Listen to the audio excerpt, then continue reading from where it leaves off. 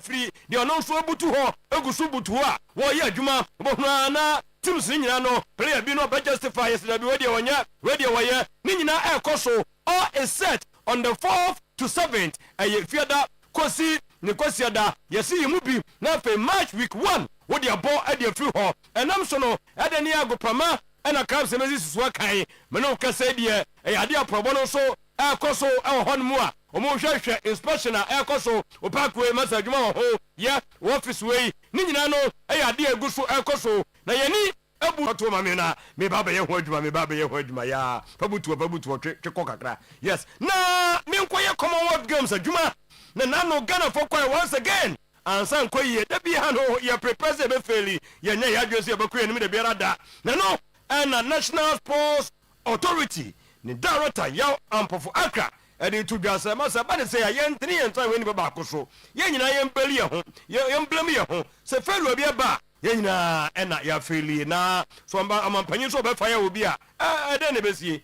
I think that's a good summary. I think we're all to blame. And if the president says you're all fired, I think he'll be right. I mean, barring those who are, brought in by election, look, you and I know that the conversations are perhaps too prolonged. The reality is that firm action must be taken.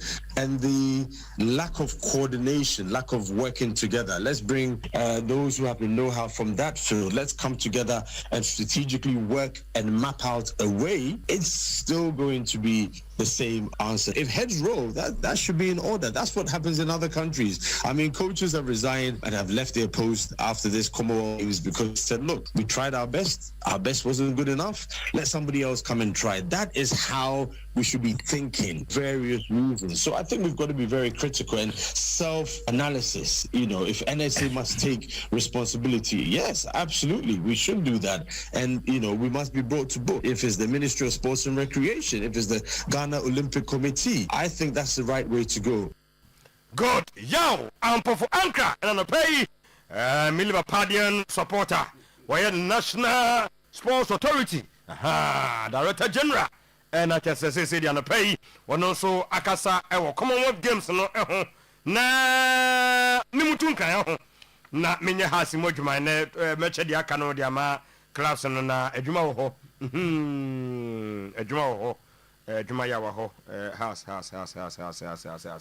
good na anopai exclusive yani na tete ho kechira no dia me ka exclusive obi antimi doubt yen sanse when hendek yen no ye was satellite be a data so ye obo po yani etin haka ne ne de brewo gidi kaka cho so se de ko bi asu ama ha se ajatum se o metu asika ne take it from me na bi ama me bomu a me kasa bi bomu a so ye tenie bi kura na ye ko ye yinu kra won so ye se da bi account no kakara wo me fa da nti e betumi da ko bi next week na mom all things be equal between Thursday and Friday o ma fra ne lawyer no se ma sa ya mom mani na ho na mo hwa account no wote kpekpe ya freda ya season ya do ka o man comfort ya tuanso a ya me ehunu nti all things be equal when handing sika na house of folk edin wa asam no o ma twene samanko ko kasa se ya sha so mun tuan ko man tua ya edin sabe to house japade so no se the house ya bobo na gu o ma sum se mo hwa mo phone so na mo hwa mo bank account no mu na mo na mi adimu o Thursday or Friday sika na betumi asu na bibia so atumi akoso yi awai ene ne epa na enugusu ba no masa menka wo so no crunchrow say has gusu yi adwuma underground ho so mo nso mo betua na ukopia mu a ni boja couple yesu training no masa nya betai wo twe players no nsuo atasa sugar fo no abeya ho adwuma no de ono nso ba no masa 9 to 12 obetumi atimuntumi a na ne wakopeme no mabaga yesu 9 masa sa me wo sere ade na coach ni yare nya betai ho 9 ujram 10 11 12 kusu na jesa wo wi ansa na watuma kwa watumi akọ na migusu ekane sa no hunso coach no ono no tamayud beche mediama wabakru hwa anti wonim Ghana tari no wosi na watwe yi no wogusu player bia na wonya de no o ma ma sa obre no aka champion for sa monne nkasa na munya ne kwan na fe wontumi anko take it from me omutu asika no ya pe agent bia bowa gomasum so masa foreign striker kasia pa medini bawram abo house of folk waba ebori na ba menka so mebo o ma justify no na fe enyama nyina enkonkan ya urom ewo house of folk abusia de eba eno no eda ni afoforo eba no dada ni bi nso ebetumi atomu enka na de tie ne sa mawuli wayo se de ono so nenamu akato na bro no urom ewo Egypt na club ne din ene Kana FC yes se de di no adu final stage enche wote se omapao mawuli wayo ahontuma na chese de no so efri hopa ye dani atire ede am house supporters anopai eno no me komanim na fe manfo sante ene magro pa video no wa megusu a wonya bi hwe pictures upon pictures videos upon videos ni nyina no medepa na Evelyn Insiasari masa de tiane se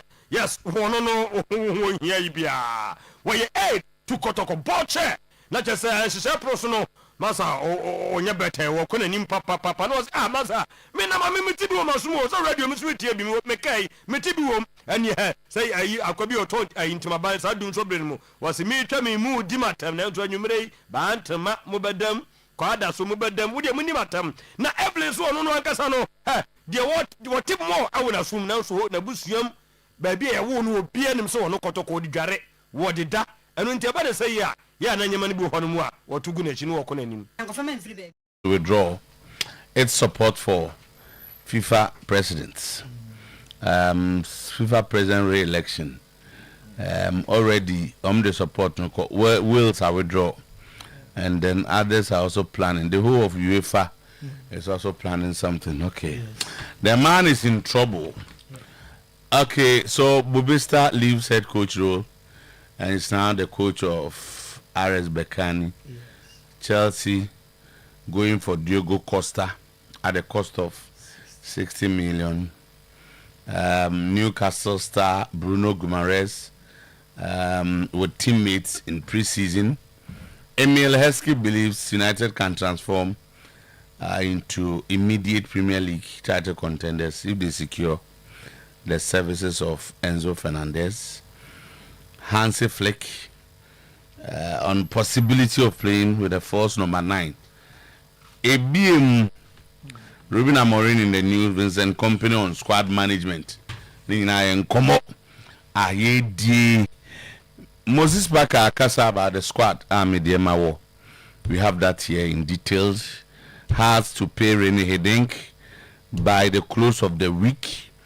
Kotoko assessing Isaac Opoku Ajiman. And National Sports Authority has assured, as National Sports Authority said, by August 28, you will see a green Baba Yara Stadium. Bibia will be set.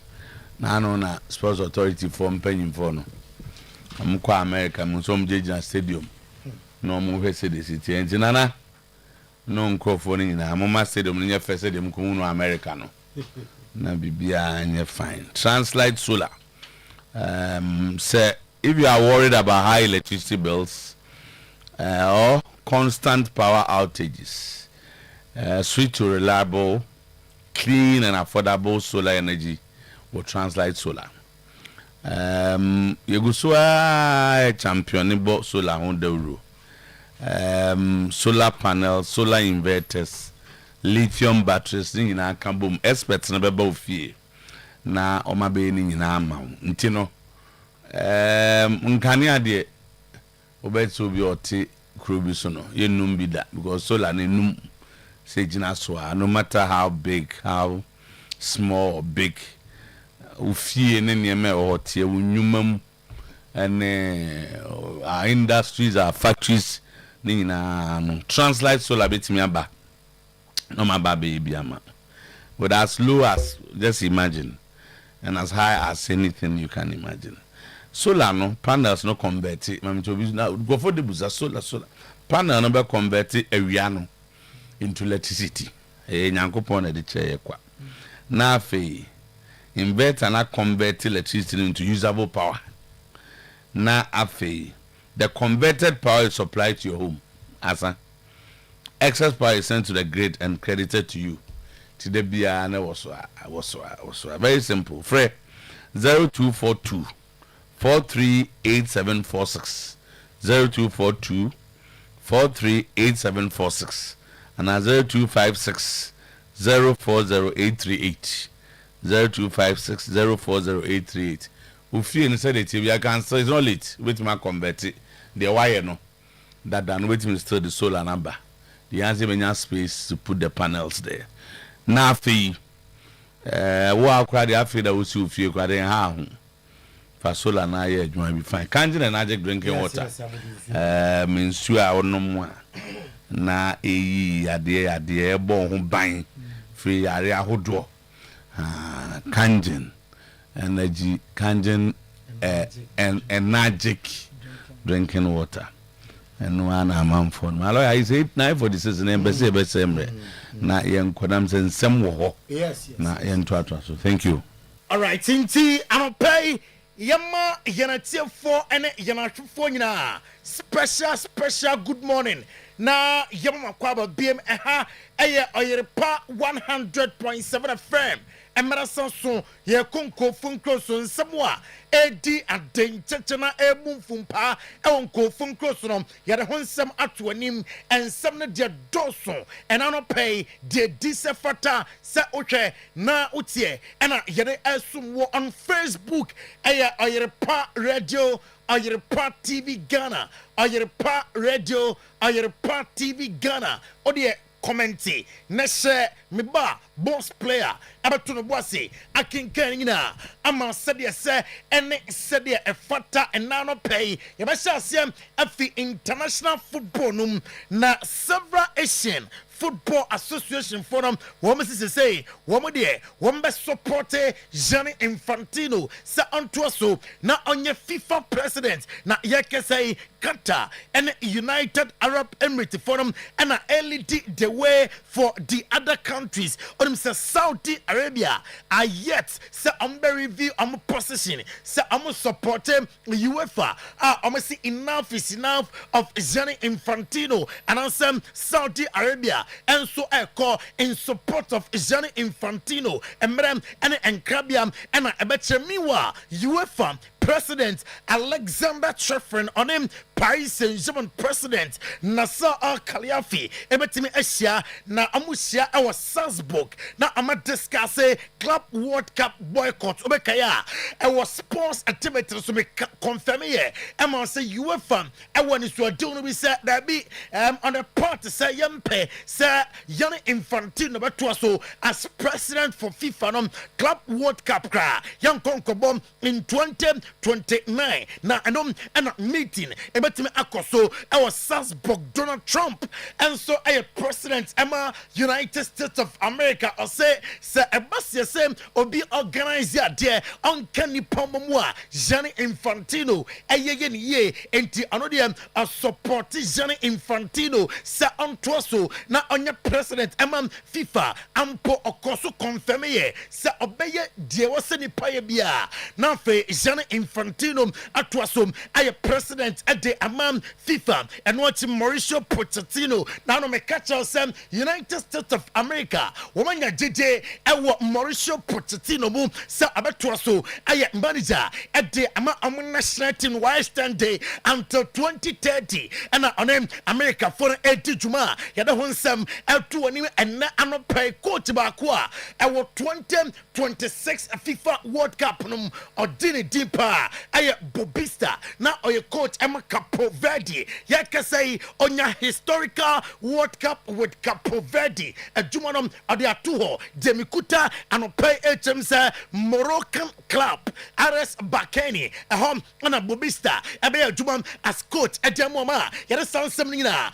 ejaw ene anopai on the show now yamra England enafe yenim komo ewo England Mateo Kovacic oye player Emma Manchester City monfo believe some set Mateo Kovacic ene Pep Guardiola anyway there obey outcast our team no and no and Mateo Kovacic and to just on him penifo din come on it the likes of Enzo Maresca din come on and come on a positive amu gide e wonu mu se obetimi aboa na fe club no atimi akon ade akonim or part of club no plans home or say adiaka and say obepuvi ade ache manager say adwuma no obetimi aye ama Manchester City Real Madrid official players nom yakasai mamin fonto anim sister amo county on Rodrigo Cascante of Manchester City na Rodrigo Cascante still komodianom egusu a ekoso na initially Manchester City atwintwa omanase kakra omo believe some ombenya bidding war from the other clubs and emom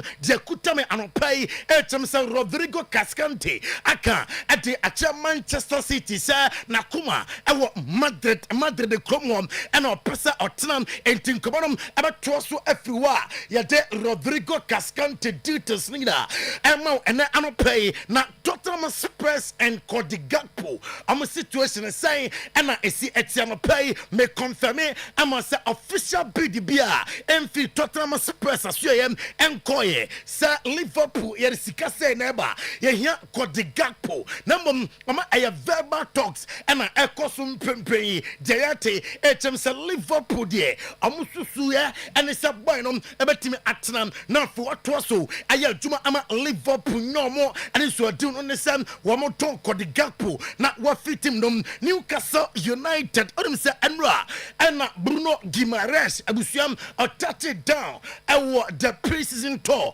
and Biaya United States abusiam one more twasom now for preseason ultimate akoso was Spain mom na Spain or Coco Duye or ne coach Ebesia nice Matthias Jesili on ebetime Asiam now from Comodian ultimate atwas no me confirm on Sam Arsenal ya da the deal is done opinion abaya jumam ama Arsenal bobo koronum letters and Bruno Guimaraes yare sansamnom atu oni and na anopay Manchester United manager Michael Carrick at the atujasa the intensity of the preseason and the Nema plus na ayanum na nia so papa or training set plus called World Cup omina about joining the preseason now fe amatimi up to finishing starters to the preseason now fe I'm started the 2026-2027 season here Michael Carrick the atujasa season way season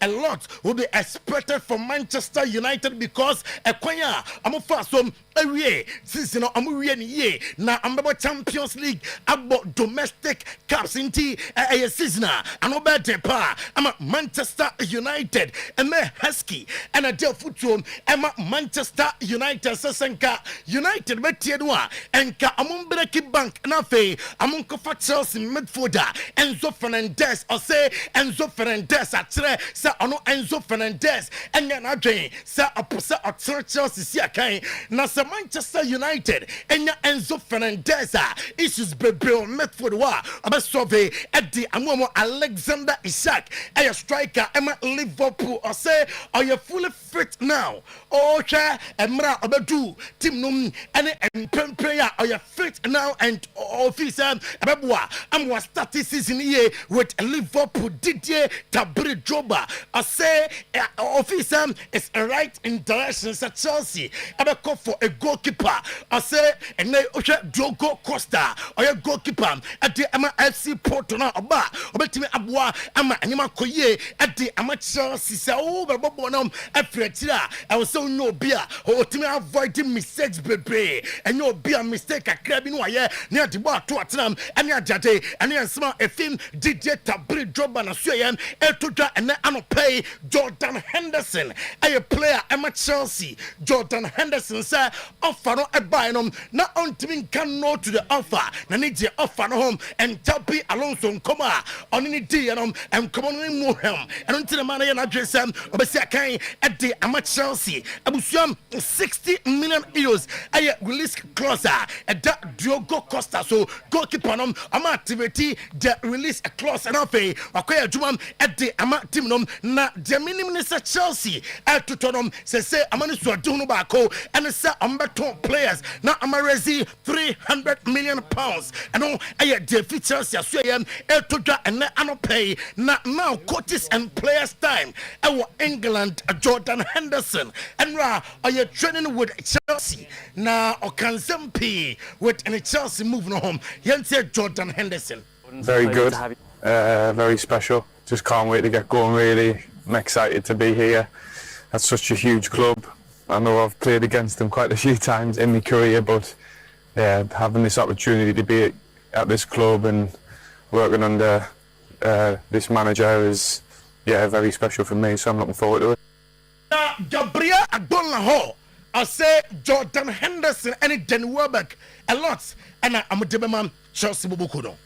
Yeah, I don't think he will, but he's still an option, isn't he, Jeff? To bring on, like, see a game up. And we've seen with the World Cup, didn't we? He didn't really play much, obviously. Hurt his arm in that incident after Mexico. But is he a player that everyone's been calling out for Chelsea to sign more experienced players? Does the changing room need a Jordan Henderson to sort it out? Yeah. You know, quite a young squad of players. Is he there? 2-year deal, probably not crazy money. Javier.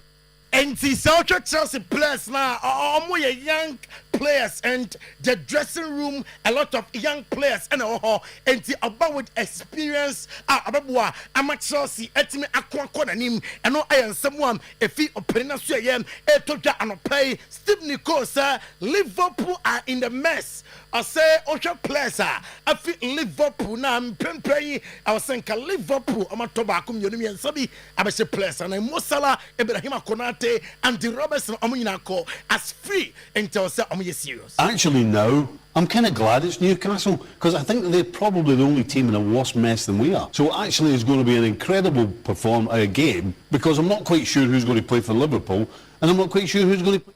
Jakuose, and also Akasa for Arsenal. I know the Ake Benwa Sir Amo Ape Vinicius Junior. Obatenom Amaria Bruno Guimaraes. Guimaraes, it is almost done. Jakuose Akasa found.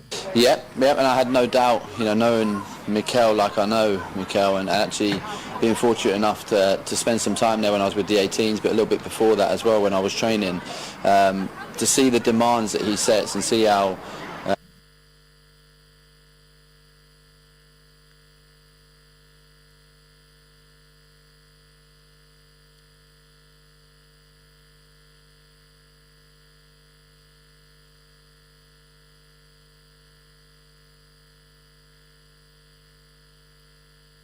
And I don't pay now. Obacha Vinicius Junior, Bernardo Silva, Brahim Diaz, Madrid preseason, and Otuo-Acheampong. Now Vinicius Junior Diamete, HMS Oye Open Sir, Diman Simbuwa, Abate so now for Watanam, Ayajumam, and Madrid Bobo Korum, on himself, and we demand almost 30 million euros a year.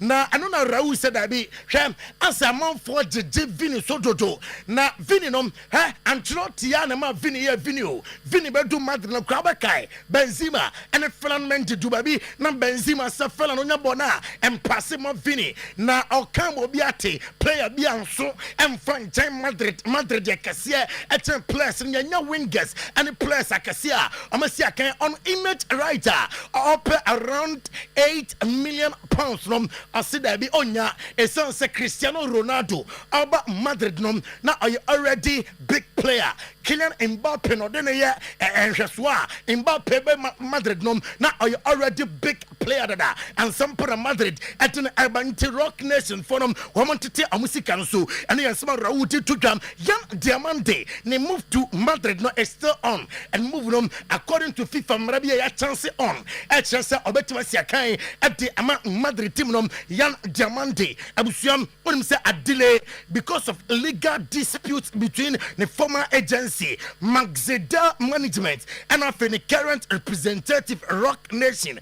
Now Maxida for them a fully complaint with FIFA. I'm a QC Rock Nation for them. I'm a breaching the agreement and Madrid Day. Wamugusua, Wamucharim said this week I'm going to Abranton deal nom. Now according to Common Ecosum, chance for the betting Akoso and I say Antimin Koso if say two agency Ecoso Chumanswa it can be done. I'm a registered by FIFA allow players registration if we say a Kosua or I'm the agent no dear or I'm Samoa one per free FIFA honum I'm a day I'm a Kosu dear seminum now I'm a player I could see a kind of team now open if only player na percent or qua and some say Ayesika and a two agency na I'm happy and team I'm a player no I register at the I'm a club now according to indications such as FIFA players status department about to say I'm a provisional registration say be a Madrid United asan yam jamanda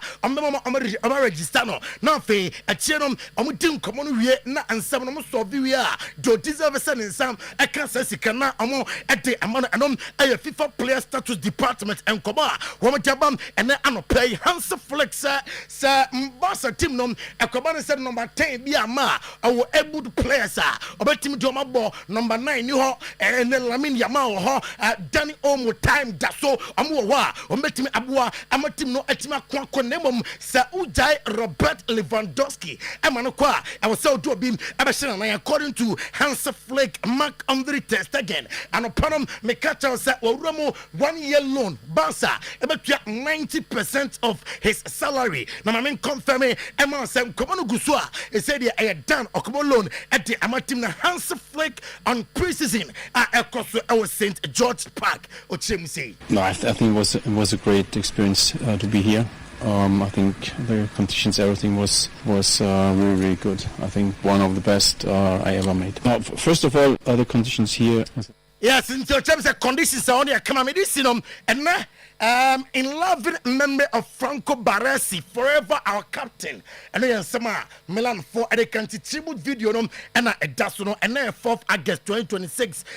Oko Central European Summertimer a year 11 a.m. yeah and a Ekoso our Basilica of Sant Ambrogio our Milan na a open to publica Abusiam Ukoma the teachers Jerry Kadna Paulo Scaloni any players Christian Pulisic Santiago Jimenez am represented Milan ewo ayeno ase Milan adni tribute bebam afe Ukoma nire aware no 1984 Mara Larry na one ne mamie no ne manom onim se aye Piccolo Alugani na Ukoma ne family members ni bi ehɔ na area adwuma ɔde ware no na ne ma no adopt baako ɛna ɔwo baako ne first born no a ɛna ɔwo no ɛna Jean Baresi ɔno de adopt no enti ɛnom ayɛ Franco Baresi latest ne de ama no Lazio fans na sɛ ɔmo de ɔmo boycott club no matches na ne nyinam no ɛyɛ because of Claudio Lotito ɛnyɛ mo mpɛ sɛ ɔmo ho club no wɔn enhu yɛ enti yɛ gyina so anɔpɛ na yɛde nkɔfo nkroso nsɛm no ɛsi ha live on Oyerepa 100.7 FM live on Oyerepa TV. Today's sports etwaso. President Chako, President about toothpaste. Aposia, anopay eye edema. What's a few howdy be tour? No biadi chine say on sebefe. Wanum Caberham in Tokra down Simino. Nina betete Mowa and to me any acro ewo cinema. Now gums and ya for President Chako. And then herbal toothpaste no echu say no. And a Ghana Dental Association ajatum ese supermarket provision shop bia ewo o my Ghana mu to president ni bi fakofie na obi amfa ntwene se anopa anadwo ayekoda ye betwe ese a president ena ye wo se ye yisu no ena ebebo a president every smile matters Bosomtwe Community Bank PLC ye offer the best banking services baby current account savings account kososusu kidi account and a fixed deposit for sika etum oye sa o qualify loans are de my customers eboa anwa setena mu ayemre ayefo ede amomo no sa loans no ye ma obi ewo ya share Beijing Consortium loans, transport loan, microfinance loan, salary loan, commercial loan, bonanza loan, social loan, child development loan, and agricultural loan. When you know sika odi du juma oji sika edi akohekua na oye ni mu oji sika asori na musi no odi koshem oji sika aware abafie eyi abafie uhie sika na odi akodi juma oba Bosomtwe Community Bank PLC a yebema obi electronic banking ebi wa yase ontutumrika eba yase anase bia okra no ntumi ma na betan ba bia obia no na what transact business with Bosomtwe Community Bank PLC a possible star 992 at Ghana peso obetimi ne edi djuma ye wo foreign money transfers ye edema mu amadofo ene mabusuafo e wa amanone a omo send muska e de aba oman Ghana emu branebeje e wo Bosomtwe Community Bank PLC kontena se head office e ho ene wo atonso agujachi kofu cheda hinma kokoben edwuna se bo akwa atonso bokra puto ja magazine ene abinchi market ye branches e wo ho for 0508 642705 and a 03220 076 Bosomtwe Community Bank PLC. Together we prosper. Amy Scientific Hospital the best alternative medical hospital Africa. Yes, for stroke yade bra, for wonsem ebra, for yade kwankro ebra. Ye say o de ba ye betu ase the amount. Na stroke yade no tatashe okon edaso untumi enya adwuma untumi nantiye ofa adwojo a oba ye behwe ese ni nyina ahoden bebam na watumi adi adwuma udibia kama. Ye do chef diem yade bia ehye onipadie no manu di asie yade a atena nipadua ni mu ache wakọ hospitals awodo pi yesi yade bia ni nipadua ni mu oba Amen Scientific Hospital a ye be yade kra pi no makoma aduonu nan FDA agya atumi yade bi kama obenya ayarsa ye kuma se atwema tachiman kwada so fon ase kwan so ene wo ye 18 other branches ewo my Ghana mu uyi kuma se branch ni free wa ye enchi ye oboga wa bibia ni akra atakra de tamale atebubu nkoko sunyane hu sahwide biso ene hoho efre 0277 001234 0277 001234 na one edi nkoma fe 024136 7349 024136 7349 ene enkasa kanjena na drinking water ensu papa alkaline water ni pH was ropa na kanjeni nsuo no de bia metufo se upe minerals a nsuo mu wabra onum nsuo no anya ahode nuro nsuo ni mu a kanjeni nsuo ni pe na minerals na ahyemma onum kanjena unya calcium magnesium potassium ene iron a eboa emanipadua no enya ahode onum kanjeni nsuo na eboa ema akoma no pompe moja yie nipadua no akwa baabia onum kanjeni nsuo na eboa eyi acid efri nipadua ni mu na eno acidic water yanom eni nuane pia ye dia acid ewom na eno eneja acid wo nipadua ni mu na ya na meka se Dr. Otuo-Acheampong ne say yade bia ni wa ebetumi atena alkaline environment nemum yade no ehu acidic environment a ebeba beje hini ho nom kanjen alkaline ebeyi acid efri nipadua ni mu alkaline ne betena nipadua ni mu yade entumi emetena o system ni mu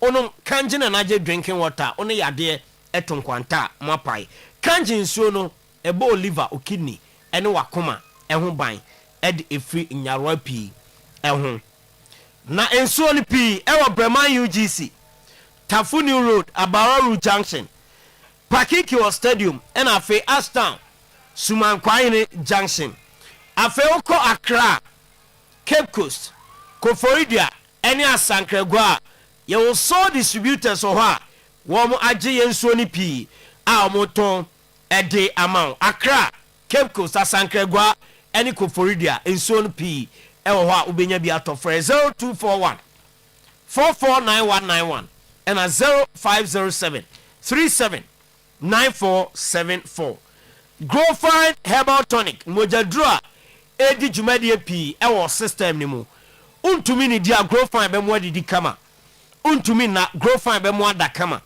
usori anopa nipadua na yemre Growfine e make sure say ahoden e be ba nipadua no emu me wa cho wayare ohoto ahoto ne contentem e ma wa Growfine aduro no eno e na ebeboa uyo oba wabu nsa ohawa e wa akiri no Growfine ACAC at the amount.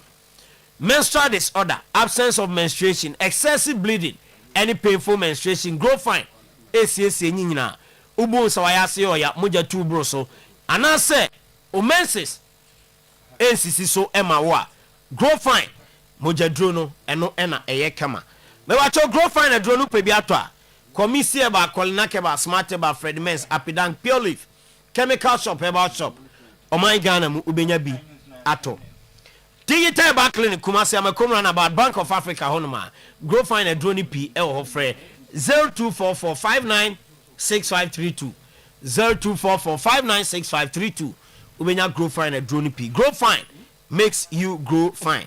Bash digital satellite or more decoders ahodo na ye decoder bi e de be ma no ubenya boy health ubenya movie health ubenya documentary health ubenya animal program health ubenya kids program ubenya educational program medical care no afei so program bi a ewo TV so a ewo se ohwe bi se ye nwom ni nyina no ubenya bi na wahwe ewo eso bars zikoda ne pe na game centers hotels guest houses restaurant ebeboa mo ni nyina ne se mo de ma TV no a wo mo ba maso ye abeto ade ene mo abedi djuma no won betena se no mo he TV na TV ne so efe keke e bash ene ma sa decoder ni nyina ebi ye installation mamo ye wia na ye recharge e de account door to door delivery ye san ye e de mamo individuals ye mam 33% discount e o recharge am be so e o bash digital satellite Abrepo junction ship mu e ho na bash e wo o friend na di nkomo a the number is 0556 287757 0556 287757 bash digital satellite friend na judi koda na bibia enko kama emfa emao ABA herbal clinic software rasta software brand here ABA na so na ado ani kire eni yade nyina last stop ene ho eni yade bia e hawo etete oni odi asie ti se glaucoma ti se cataract to ani ni so ti se eye syphilis eno ena eye pressure eba ani no eso ena face so long and short sightedness ene blurry eyes obi wo ade ben na onhu obi wo ade wo akira onhu eno ena ye friend long and short sightedness ABA bar clinic etu ni nyina ase ede ama omo wadro odi gu aduanem edi a ekọ ani ni ntini so na apepa so ama ani no ebesan ehu ade hypertension stroke prostate liver kidney yade bia no ABA bar clinic oboa esan etu ase Kumasi kwada so dwanase main market akire onoma Doma Inkro Ebenezer preschool a ben apia kubi cold store ABA bar clinic e wo kaswa Millennium inside adade last stop ABA bar clinic e wo ho eno enuanom omo central region greater Accra region enen western north and western region mumu ben kaswa pa mo ko ho a mbenya ayarsa 0541 565 199 and a 0502 812161 only ABA bar clinic in Ninkomo and yadi biano Otuo-Acheampong at the amount today's sports at also with Sometymer Otuo-Acheampong. Okay, so solo team. All right. So do this in the aka saying Memphis Obiatia. Aka and fourth ana. I mean chedan checking it. And fourth. Yeah, na fourth. And teachers aka 11 days. Yeah, 11 days. Na okay. Na what first flight consult din? David. Oh, first flight. Omuna uzi yabe mo wa ye kozere bi na ya ma certificate from top university in America na dia ka. On your man, I say, you know, as some of the bands say, well, we SHS. Mama Kwaba. Mama Befino. Na wa for that is on some. Obe so suya de top universities or America or USA. Okay. 100% scholarship or and you will be a wee sukua. Wait my America with 100 retro kwa befa swako. Ana partial scholarship. You mean you ye ma kakra na wa de bia so na ansa na just saw your exam bi the friend SAT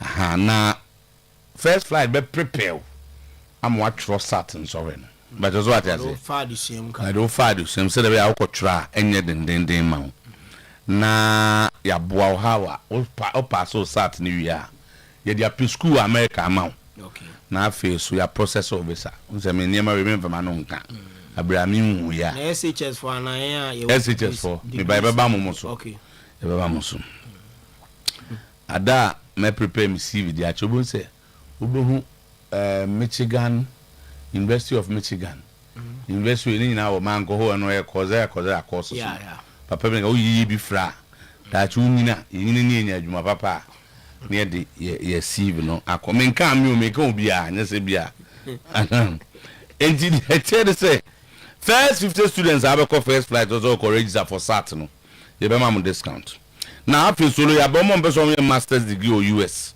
and also scholarship there ho also ye o make fa GRE and GMAT test score bra and also you be prepare one why be okay and obeso tro IELTS no ya UK for na third demand Commonwealth nations no IELTS and English proficiency and so bet show how abisi aye no danger kwa omre when your school or airline wesi we bia for akese yin on na oh nya we bia oh je no mpeso mu so what brofo enya akese na je so brofo akese egu ode ani waku omo enti obeso okosua de amono ne a ewo UK Canada Australia obinya IELTS no ene be o kire se ampa watchro brofo na pass yi nti we nyina ne master's degree ne obeso okwa bachelor's degree ne nyina no first flight consult na je number no oba na we SST no betuma kosua de wa America na anu akoda ba akọ se school no man kwa so me fa ne ma ne papa awa be form kwa asisi omu nyina wo wo de 0543 869 359 0543 869 359 after IGP trend you know now 0502 it's all my kuko 738 046 0502 738 046 o phone number enche mu nyina ho enche kwa so bebe fidie so na oba be chim kwan first flight e kwan ha ni nyina be kuko anu abefa danger na ontimi ana say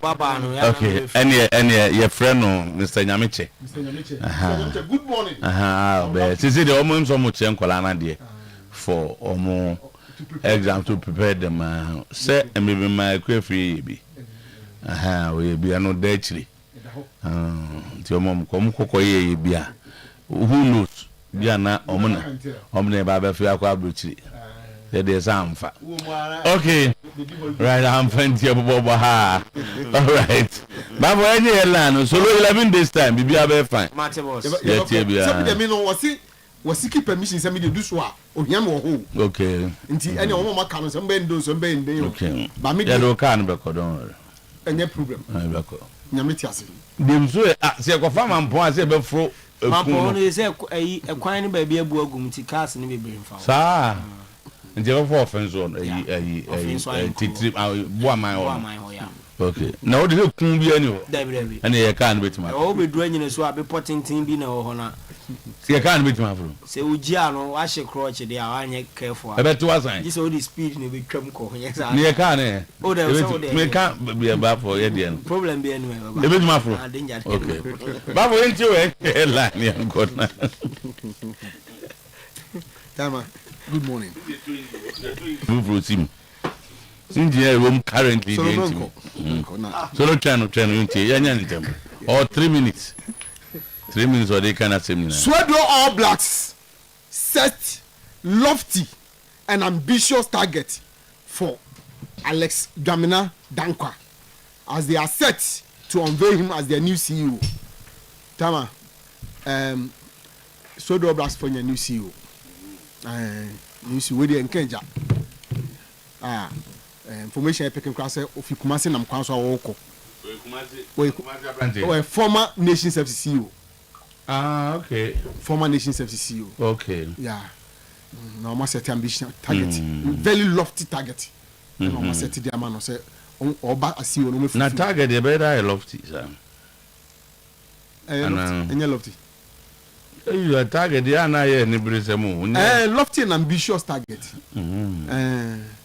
almost set man say o meet into about the details no and so ebeba 2 former house players and 1 Kotoko former player hits that's a lofty means very high and elevated yes very high and elevated the amount target e was sro so last season say Kumasi Sensemo anka Oblast relegation o Kumasi Sensembe masa let them take their credit Kumasi Sensembe on the boy they won nothing has been established against them no we see Kumasi no BNC dem ye kiki ko Kenya say no kreni men go fama because ye travel ko police station ni ade ko si ye nyina ngo you can police station e na man go say we na me can police station enti Kumasi on be boss say no mkoye enti ngase Kumasi Sensembe se Kumasi de si ya mo ni biri am timbe bo sheko ye irrigation na se ni net ana yakofa Alex say masa next season yem irrigation sim dia nti eno ho asem na ye kan time am wo de manyima no si boni mpacho bibia currency because obia nim de si ye obia nim de si ye nti no Korea police Korea press conference ko sia da wia de microphone ko je nkofo ano se na ngo keke bibia ni nti Alex na se sie minim no de bat unim Alex minim ne personal okay ba mo so boy djuma pa mo so boy djuma pa nti no and he say Sweden phone be accept no so o mine no say ana supporters no ana do be ase na minim be o free there but say ana local football sometimes yeah nti eno so no but experience the other nations in there so it me all blacks no nti 2 former Hearts players and 1 former Kotoko player hit the land of Saddam Hussein as they seek for greener pasture in football. Away. Tama omoko Iraq. Your own Kofi Agbesima. I hold your car be bien room. I say has the nurse the bia or dan no so die bonny. Na no me hu na no ti I hold the oko ena Sedu Suraj ena afi so Tama Michael Che Damina formerly of Kotoko. We say Kotoko Pamono. No nti odneni akere honso so I know so oko. Tama mpacho ti ase we Kotoko player be Michael Che Damina. De nanu yom se Bruni na mpero. They go nka Bruni no. De na mpe na uche no. Awuche Elvis Cheba. Okay. Odi Kotoko come so Kotoko achi. Nti oye former Kotoko player. How the former come? Open to call, but they don't have Yeah, go ahead. Accommodation challenges rocks the new house coach Nibosa Kepa and the house management. Kepa insists he wants a 5-star hotel, but house management says they have prepared Pudmine for him. Tam also on top of mine. Unto many players need not to be facusa. Something trap of mine. I'm just say send on my yet on no quantity horn apartment, so on my yet on no crowd be one. The combat doctor so better I was there. Man in Tabe be not by the gate no call. I hear issue pass, you see, you know. There's an issue there. The issue. An issue in any day. What is the issue? The issue here is that on no what said the baby or person what now. And I'm penny for say but now. And so it's a matter of having a middle ground. Now, map baby or Palmer no akotna. You are supposed to find him an accommodation. A part of the deal. A part of the deal. Until what now baby no so on now. You find another place for him. With the yen but almost say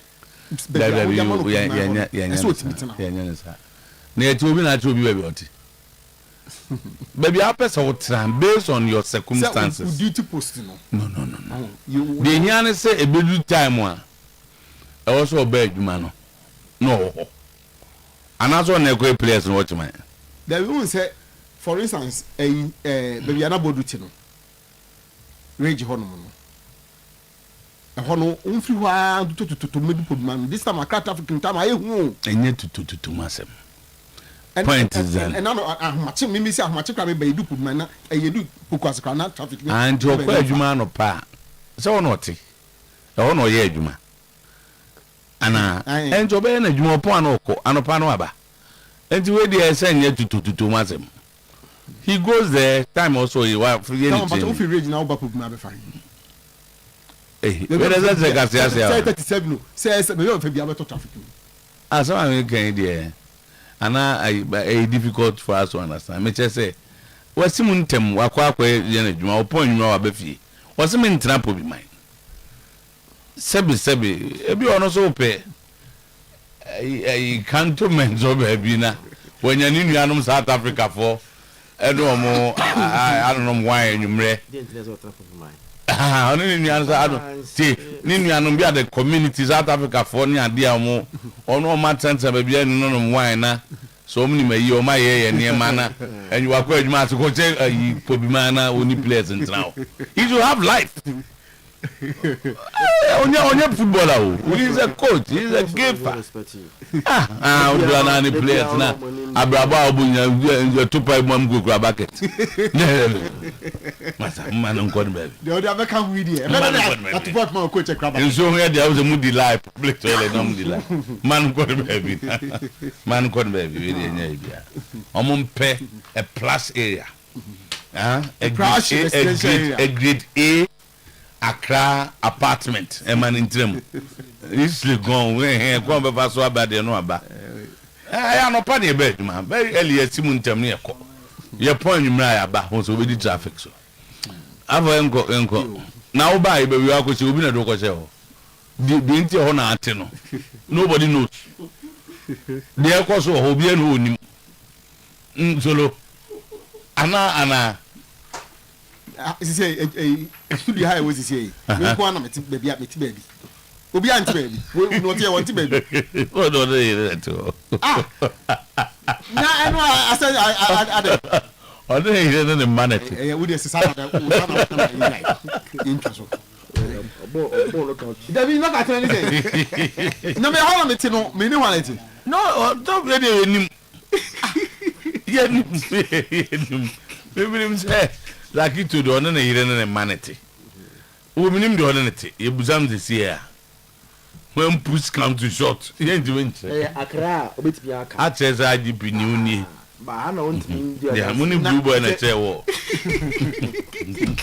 ya go pafo we will beat everybody because we will beat everybody next season because we will play like Spain.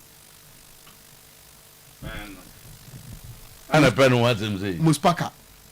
Oh okay. O see materials na wa assemble no. O hia se obe bo number 9 led by Tango. O hia number 9. And I'm last. Say joint forces. Oh yeah. So it's led by Tango. Joint forces fully empowered by Mamalas. So and you know Sometymer. Okay. Or say no number 9. Next season ever me dem will play with first 9. Number 9. But Obi on Bishop ya mbeka masho. And when the president now na can you say bia team. So when the president speaks like this ah. Was said it team. Wakasa pa. And Tama, I mean for we man I mean sorry come. After driving away 5 players, 4 more to follow today and tomorrow. The exercise of pruning down Kotoko players continues unabated.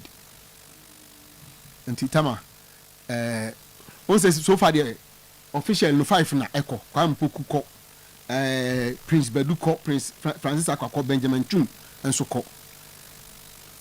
And they the editor say, Ebia, and we ball 11 years, no, a Chinamunia, the Adeno, we best have a home. Tama after the own said, no, maybe a sorry catch or say, baby, Becona, who should be more fine. But I started, and I started can't go for. I started can't go for power. And I'll hear my can't on so. It is what me say, I'm ready. You know, yeah, the way you see how me. Okay, thank you. Zach, young Colonel Cheba celebrate Mirabel Kunimapia. Mirabel Kunimapia, Apia Stadium. Okay. Mamba, Neba, our Tosumino. And bought us me. And about Tosumino. Oh, I think Mario Mantuzoliana, baby, I will come there. Okay. I hate you.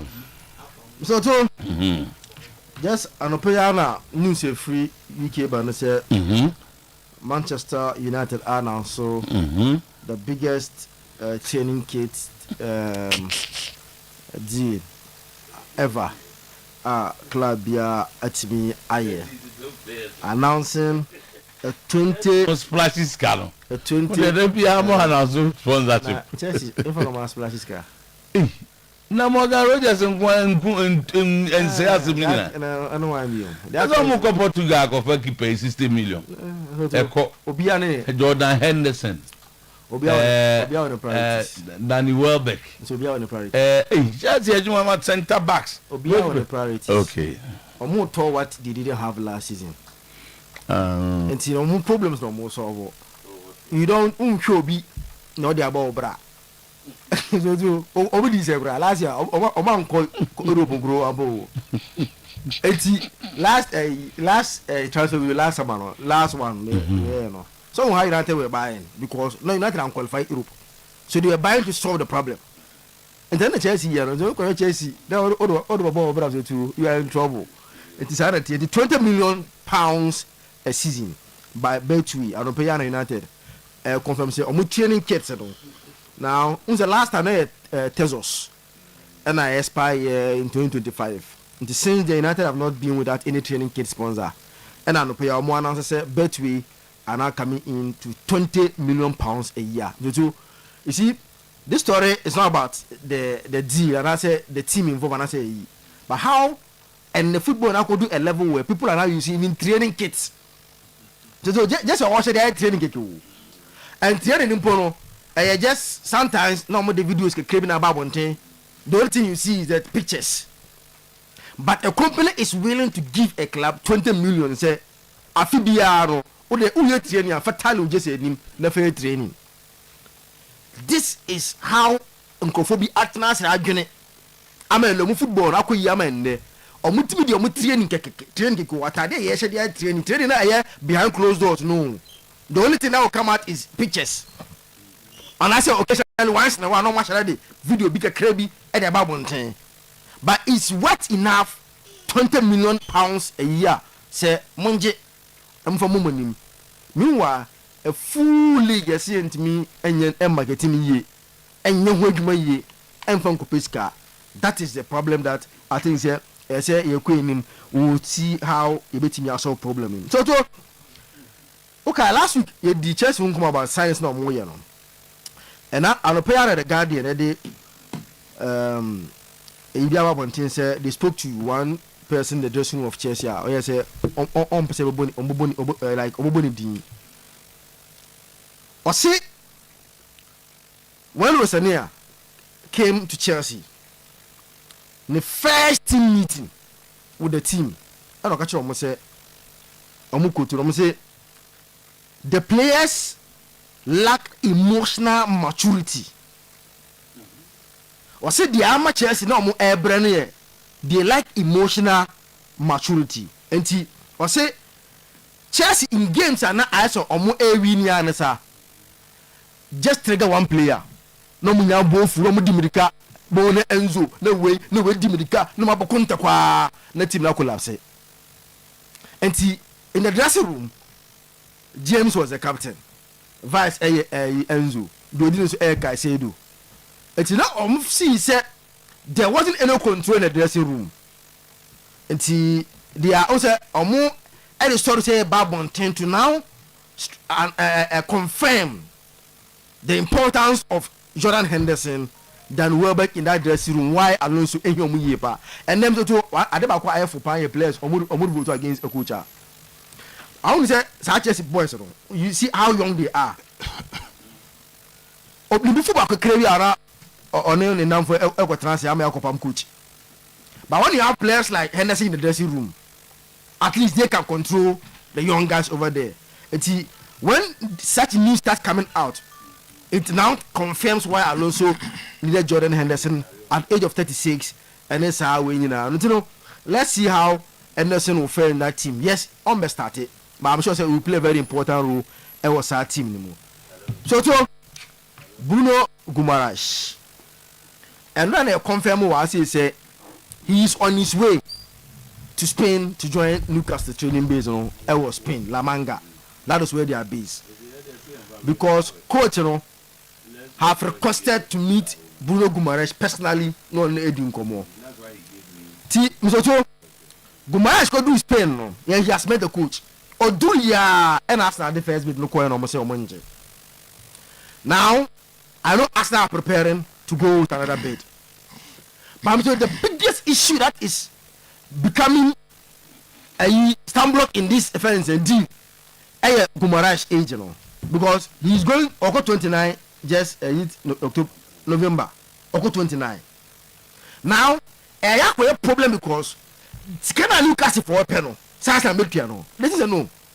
it's unrealistic for a 29-year-old. As good as he is, be a born no baby yaro. But you first ask him for a 29-year-old. They think they know, and yeah, very good business. Now we are just Arsenal preparing to go another bid. Open one team or stop on power. Cause me score me pay me, but yeah, team or Bakopa and Newcastle United for no. Okay, I'm going to Liverpool on Ishak. There you. Okay, Kaime.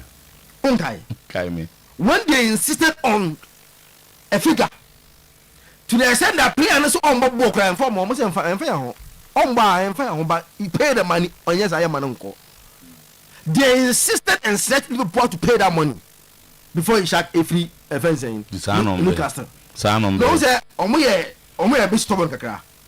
Now, who's a now a young commander Okaba said now. Quite the offense. New coach at Auburn, you know. Clay, they are going back to middle table and how they want to now do their things. Born, my Newcastle business on my so far free and see their transfer. You understand why they are going for offense?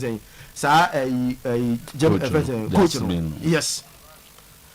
Who the players are more sign on your screen to now? They also know players that they've signed, and then they all Asiano, and they are more free team Marco. Tonali, Anthony Gordon, Kieran Trippier, everything Marco. Then a possible Gumaresh. Now here, Ori Joain from Reims, Bozu Mana Traore, Hoffenheim, Sien Star, Ayas, Alaji Bamba, Monaco, Lucas Hornets, Braga. So if you see the transfer, clearly, Oma understand, Oma to say. Now, previously, quite far so bad. One side the phone by this giddy no. Now we are going back to going for the unknown players. They make money out of them. Okay. And their transfer is very clear. Now, so whether Bruno Guimaraes, he's not happy. One thing that is clear is that he forced his way out. Who say case? Because some young can say the problem. I'll question the salary. Who's also on 200 plus as a current Newcastle. Or players now in Japan the Premier League because or Bruce 200 currently in the Premier League at Newcastle United. But and yeah, about money. And yeah, about at least getting a. I don't know what Bruno Guimaraes, Declan Rice, and Zumendi born. And I mean for you. Better. If you look at our numbers, no. And I might be saying, and I didn't tell as a phenomenal Zumendi that Mubu episode 15 because season there or Bobo and Empire I can't bear 5-6 games now form city, you know. Now Guimaraes any better than him in terms of certain defensive abilities of a midfielder. Team no so count. Touches, in terms of tackles and passing accuracy. Because the amount of money is you expect Guimaraes to do more tackles at Newcastle than Guimaraes will do more tackles at Arsenal. Because Newcastle any more more against teams to do now. But Zumendi have more tackles than a friend is saying Guimaraes. And now the discussion as I say for no Jai Zumendi in term do. And what's that announcement we are doing? Oh, say I say. Oh, now no. That's what do. But Kobimenu. What is wrong with Kobimenu? But graphics now. One egg as an egg. Oh, now somebody no more much I say. My graphics of Declan Rice, Bruno Guimaraes, and Odegaard as they are both for trial. And the time I cover you tell him as na Kobimenu nyade. And there will be who say clearly the problems as now went through. Last season, no na go for statistics but say a free match by Arsenal and say border. When Zumendi got tired, Arsenal problem started. So Obi back to help. And that's how I remember you should be spoiled for choice. And you are Marco Fabi go anyway night. Oh, in one breath, they say Newcastle for some play. I feel we are also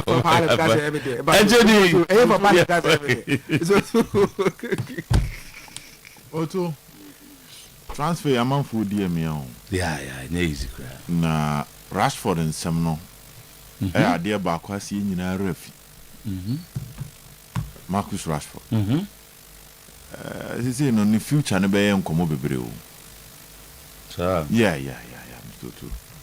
One say the effort Rashford put to up the Barcelona. And they say they're basta for that chair. And they say chances are they will go in for Rashford. No, fun pa. Because two ones say, I'm not kase. I'm not found Tony Gordon, Karim Adeyemi for their right and left wings. And after that, the question now comes is how would Bastuna plan to use Rashford as a supporting striker or as what? Like he's gone. He's not part. It's not make us on there's no other position. I'm just trying. Also, old team. But say any team wa. Oshidi and Rashford person stay or. So what happens to him at this point? Is him for no? And once they don't say United need option than to get him back because over national team near the Ongoya. On one player no United and no Yabibo. Yeah, England team. But we told clearly his return will create a lot of chaos. So any little thing be BCBR, it can be pointed to Marcus Rashford. That was what bro. Yes, when I start to say when I started to say transfer, and the first name on the list is Marcus Rashford.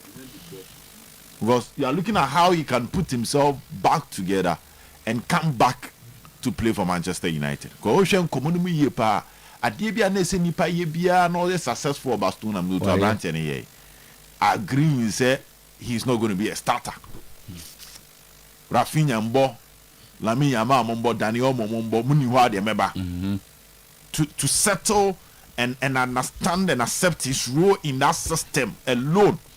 It meant that Rashford are low and hope because I'm talking about a player at the point he was the face of Manchester United. Now you decline to the level where you get to Barcelona and you are accepting the role of a squad member. Still.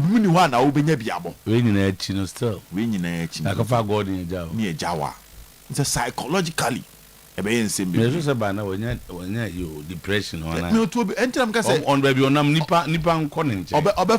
because now the question we asked ourselves is he coming back to that same Manchester United? And even at United, how would the fans even accept him? Let's hope say Michael Carrick will have a way around it of keeping him focused and trying to get him back, get his confidence back. Wages no not young for us na the be no continue the Rashford. Once a Barcelona no it create a new window where it felt like Madrid be some pen. Want what stadia we said that the club be are linking serious to Rashford. And when a man come on here who know. But if you go for Aston Villa from Villa to United and back to Barcelona, it means you've gotten a second chance. Aqua Spanish La Liga. Intika staying at Barcelona, no, but it will be a dream come true for Rashford. You still get the top Villa. Yes. Loan. It was Amfa. And now the Barcelona move is off and we are looking at, I think it should be around 28 and 29 or so. Oh. It's quite unfortunate. Now, don't over fan paying for one. There been some on me okay. Okay. On me okay. And it looks. When we say at the point, by Monique Banco Monum, say be ananka buy a person yen so would ye say Luis Diaz Muniho, Nasa Michael Olise Muniho, na be a Hurricane Muniwa.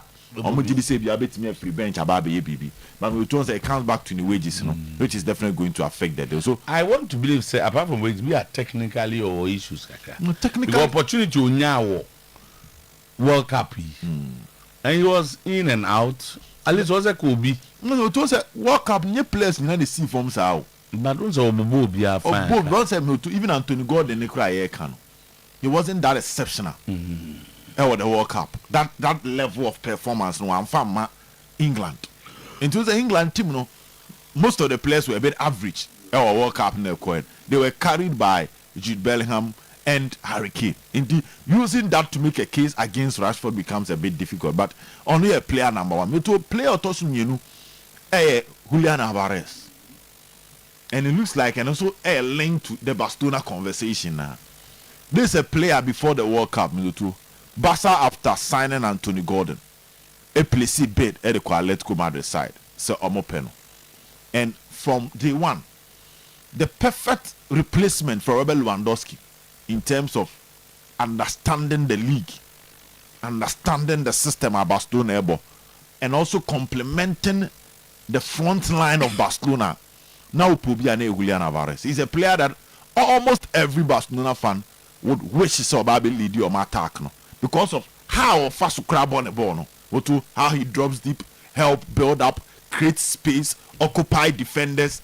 Very difficult to bully him. Shift to the wing, can play from the left wing, can play from the right wing, depending on the pattern of player team in solid player, and even when it gets to that chance movement where the key role of a number 9, which is finishing, obey Jumano as the amount.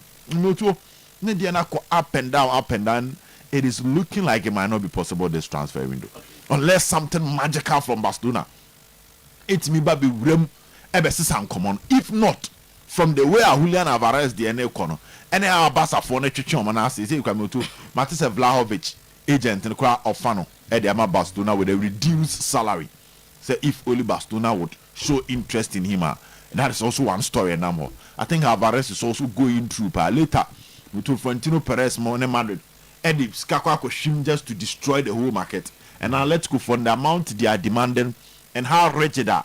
On my year, when it comes to the negotiation of Julian Alvarez, it is going to be a difficult one, and he will also end up as one player. So, transfer window and your mouth from for refugee in Sancho. He's training with a 4th tier team whilst waiting a transfer. Sancho so no to you who baby or didn't see you who baby no city. Jenny Sancho. No city or call that one. No by United. Okay. Only now currently he's not without a club, and to the next stage of his life one unfortunate. But these are players bad, sir. Exactly. And now almost come be almost demands. Wages near there no. Also, Chelsea are try Aston Villa. Oh, that is yeah, I know baby akwese. What is it? Come be the Chelsea no akwese Aston Villa. Yeah. Buying these boys we mono Jack Grealish or the son and try and City for the crown for Nanka team crown the pre-season crown, and that is for a player bought for 100 million, which is very, very unfortunate. Okay. Last one. And Rana deep sources from Spain started said a new battle Rodri Dieno Barcelona players Neni Abrepa said they need to go in for Rodri. They said no they not say Gidi pa. Oh my God, flex they must do everything possible to get Rodri. Say in common be Rodri no Barca for now no Rodri attention no Madrid. But Barca players no common here say Barca for a centre back na ya be asem foforo. Enti alternatives for Barca backline here say omo plan here say with Cancelo. Edu we meeting about Julius Kounde centre back. Edu we meeting about Eric Garcia. Now some of the Barcelona players are saying say Eric Garcia, no matter the situation, and some classifying as a defender. And you can say Barca both season I be do baby. To say last season at the point as Eric Garcia be number 6. They feel that mistakes the club should not repeat it. And then their first point. And before Barcelona bet me it means that they need adequate number 6. Emma coach Ninjina was all the Eric Garcia back even the middle. And the only way to do that, especially with the injury of Frankie de Jong, is to get an established DM. I have fitted the Barcelona principle, which is Rodri. If only Barcelona for the actor, and some of the fans of Barcelona are worried because they feel that they started the business on a very good note, but all of a sudden, as I'm so nobody said transfer no drop it. The number 9 is not coming. The number 6 question marks. So two, they are centre back. And I'm for Laporte, Bastoni, Josko Vardio. Vardio extended the contract. Laporte is becoming difficult for them. Bastoni, BBH say he's not leaving because now no John Stones, Manuel Akanji, Ebabe from a partnership from Inter Milan. So to Christian Romero Dimbemu, but it looks like also okay, can now come out for best specs. Okay, Barca need a different breed of defender. Because some breed of defenders near the soft, flamboyant type. They need that aggressive type that will instill discipline. Send you at the point. Mascherano ne Gerard Piqué ebe esa partnership no Otuo no so a you who the way echo. So interesting times for the Rodri deal and the battle on SM2 Barca for it to koda kakra, but it looks like who say Madrid will strengthen their team with Rodri, and so Musunya they will strengthen their team and also weaken Real Madrid on the other way. Thank you, Joe. But we did try make a crab you na. Obi able to asem. Obi able to asem dia na. Obi mi sa masem na. Mi say Amorino. Oye adwuma. Nsem bi okay ka de. Oye adwuma. Say de to ya de support ama no. Oh, okay. 100%. Say no oye Melani. Oye Melanista. Oye Melanista. Say Amorino so nyina no. The team was support to AC Milan. See the team was support to so nyina. Na de tie o say. Ever since I was a child, it has always been Milan for me. Open YouTube, watch videos, you understand why I always choose Milan. Ruben Amorim, former coach of Sporting Lisbon and Manchester United. Ti say what kind of? And oh, what's it? Coach in Naka. Na ba Honda nonka. Oba ntenye no beka. Me dream club ni any. Nada Amorim wakasa the team no support you similar na we so obeda yi won achinu wa shobi won. Players ni coach ni bi omo ka. Wako Manchester Fabregas so can say Manchester United in the club are not support one. Okay, if we can be with Manchester United then just Amorim no we will okoba bi are kan say am. Nti ka obedo the bar na fe the Amorim na say. Timi to say o kan ho. Nti say the agina to ma wa tu. Also so nyina the team was support AC Milan. Okohe amanfo aye research na cho. Okohe video AC Milan. Okohe YouTube AC Milan and ohe. Nti Ruben Amorim say the team was support you AC Milan. Or the same way to dwa na enei say Australia there say omo kwa omo wa eba homachim. Nti enra nwumre Australia. On say nyambo china internet AC Milan Australia. And Amorim decisive we to dwa nti do yagina tum. Okay. Yamana kwaba. Milan is a big family and a club by Rome Mujama wuntimi nyai. So tell me say. You ever see the problem e nya won ho no. Yes, oh Najuma de you be scrutinizing Najuma. And there is no doubt about it. But ya na what doubts kakra no. Say now ye to ye Rosenero no de. Okay ho. Ntia Amorim for Scudetto. Okay. Otu, in October 2024, Ruben Amorim, whilst with Sporting, said that, I quote, I am a Manchester United fan, but that means nothing for now. I have a job to do here. That was when he was at Sporting. Oh, Jibo. We were not on the press conference. We were not on the press conference. No, Sporting. We know being a Troy. We know it's not like it's from him. And Amorim say I am a Manchester United supporter, but that means nothing here. I've got a job to do. No Sporting. I don't be sad. Come on. So, yeah, we busa. I want the team Ben Amorim supporting. Now I'm not simple. Near the waka. They say we busa the team Ben was supporting. You to us on a year. You ever supported, but the Juma dear to a dependent paper beton. Na the baby and ever market. But to Milan need it to you ever supported. I know I promise it. Say, it's not enough when you win whilst with team able defensive football. On one end, some more can know. Ruben Amorim supported Benfica as a boy growing up in Lisbon, Portugal. I'm say an international team. The Chrome team there. No, Benfica. And Benfica. He has also mentioned that he loved watching Italian Serie A side AC Milan, whom he later on the team when he was a child. Also, son, no pe AC Milan matches here, but the team of support to Portugal there Benfica. can be big. And the hono. So once Portugal for Tisamu when he Orbano, the two. Anya no. Most of Amorin generation, generation now, no more follow Figo, Ricosta. So on the mention Figo, Ricosta. Who follow Figo, soon Ricosta, and I'm to follow Mocaria. At least about Fiorentina Kakra, the biggest club of boy AC Milan. Until the answer, Sanyo man and the developer support too. Chelsea, Milan, because of Michael Essien. Until two and young one said. Ruben Amorim say ne team ye AC Milan. Obedo ye ho hwe nye ye be support no. Oye ye be England ya ne team ne Manchester. Eno de maintain wona woka. Ko England. Eno de maintain wona woka. Bas clear ne team of Portugal Benfica. Europe nyina. Milan. England, Manchester. Basilica of St Ambrosio in Milan. To na no pay so sad.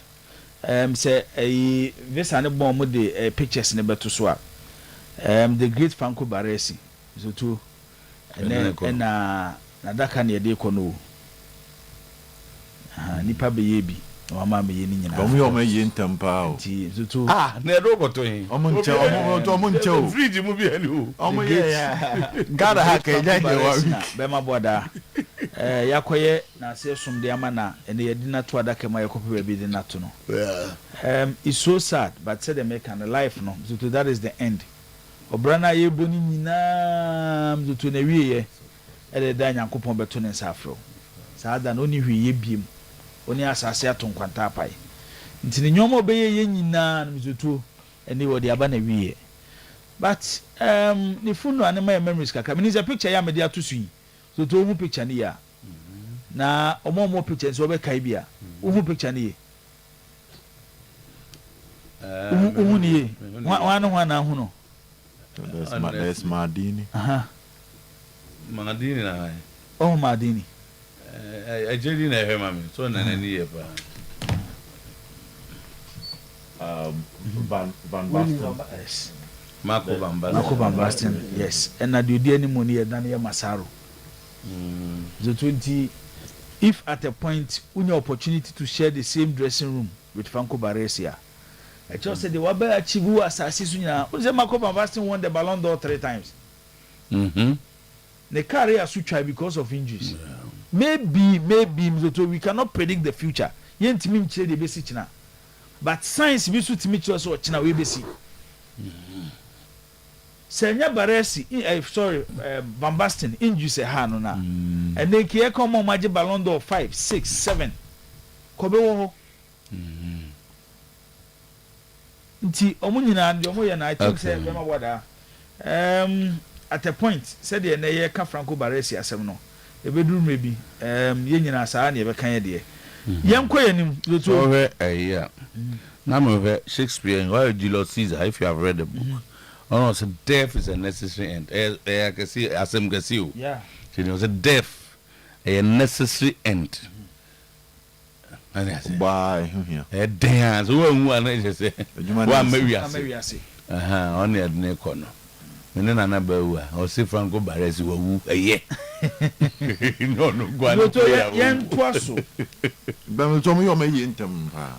1 week Zambia and said that we go more yes abusuafo Franco Baresi yaba da bia no abusuafo no ba ko abrochiri this ye bona mane no ache data obenya kwan won adwuma Pele wuye but I want you to understand 4 days now Pele obia na mamre chedi ya no dey wo fa bi ewo abrochiri ba ko adwuma o ye just onya kwan na abusuafo akotena se afa pa on a discover one discover we mu no antina se we mu no ha na ye ko friend bi mo ni e ko abusu ayi my bamba so ye abusu ani ezo m ne dim so no de o ko na ye wo de don be ko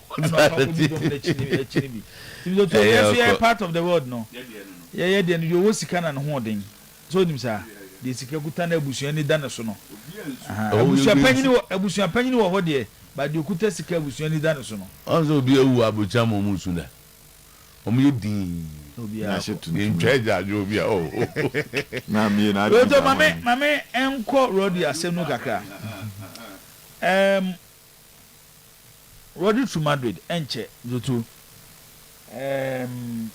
ebia na be closer to the conclusion of the deal ebema Rodri akọ Madrid enra AS Dario most of the report to say Barcelona mo enter the race so mo ask information from Manchester City say Rodri no ho da ho a mo be interested say ebi obetimi afa no na oni bibi Rodri obenya problem o oni obenya problem Rodri oye typical Atletico Madrid fan typical Atletico Madrid fan even though he comes from Madrid but ya wo no ye tete no ye de to Atletico Madrid mo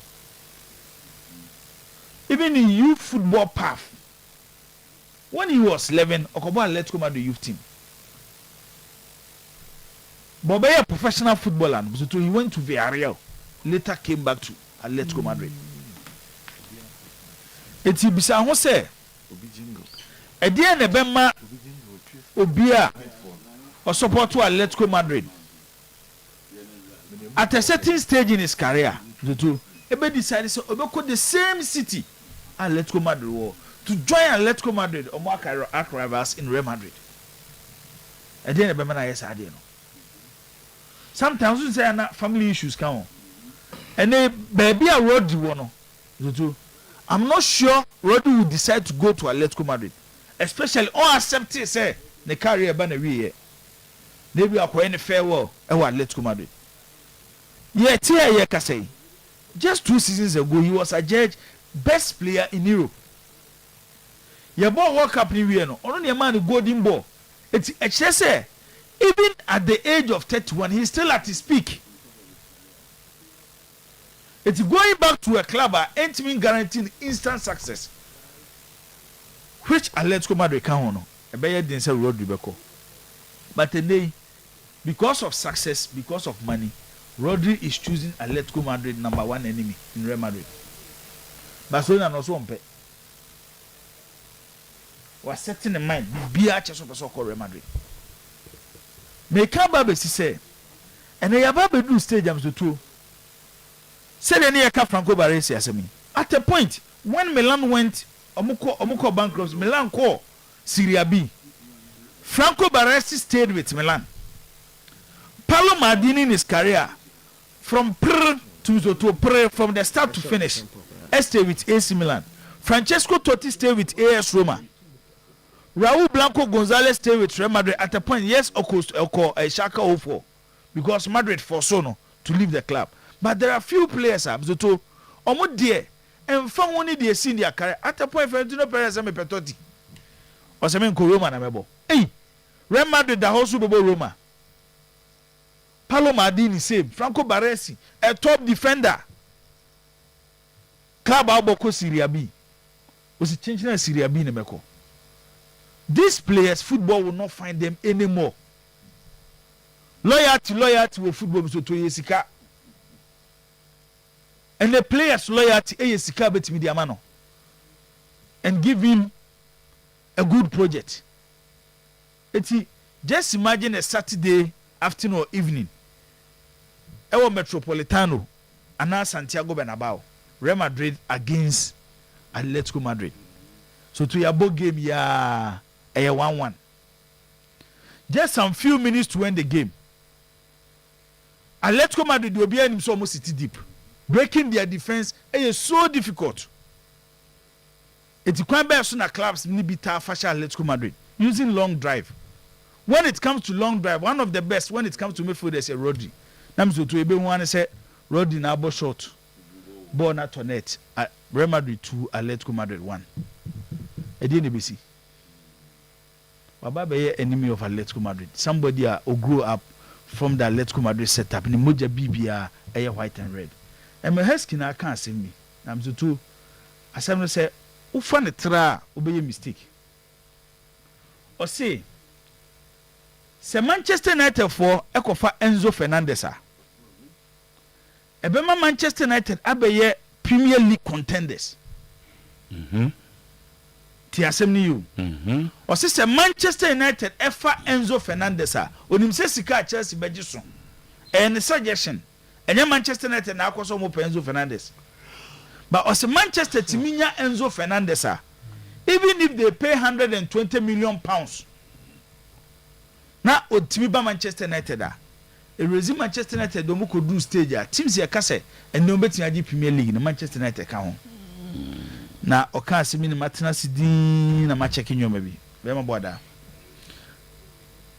My Premier League clubs, no, especially the top clubs, and the kind of midfield that they are building. It's not only by names, but how our players ne complement to them to form a formidable midfield. Okay. Utu say Juma no be a yen de aye kesi ani a edi team successful. And then so born ya bo na ba do stay say club football, national team football to win competitions. You need a midfield am to omutimi complement to omo. Enutina PSG midfield of Fabian Ruiz, João Neves, Vitinha. Etimi di PSG aje Champions League ato asumienu. Spain midfield of Rodri, Fabian Ruiz, Dani Olmo won the last European Championship 2024 and Omasa Beji World Cup 2026. Eti no club and a bit is successful currently without building a strong midfield. Enti yanko Premier League teams no to omo midfield omo especially omo G League na yeyi no. Last season Arsenal na G League no. Based on number of games omo boy no team say Arsenal set up in a 3-man midfield. Omo first choice 3-man midfield Zubimendi, Declan Rice and Martin Odegaard.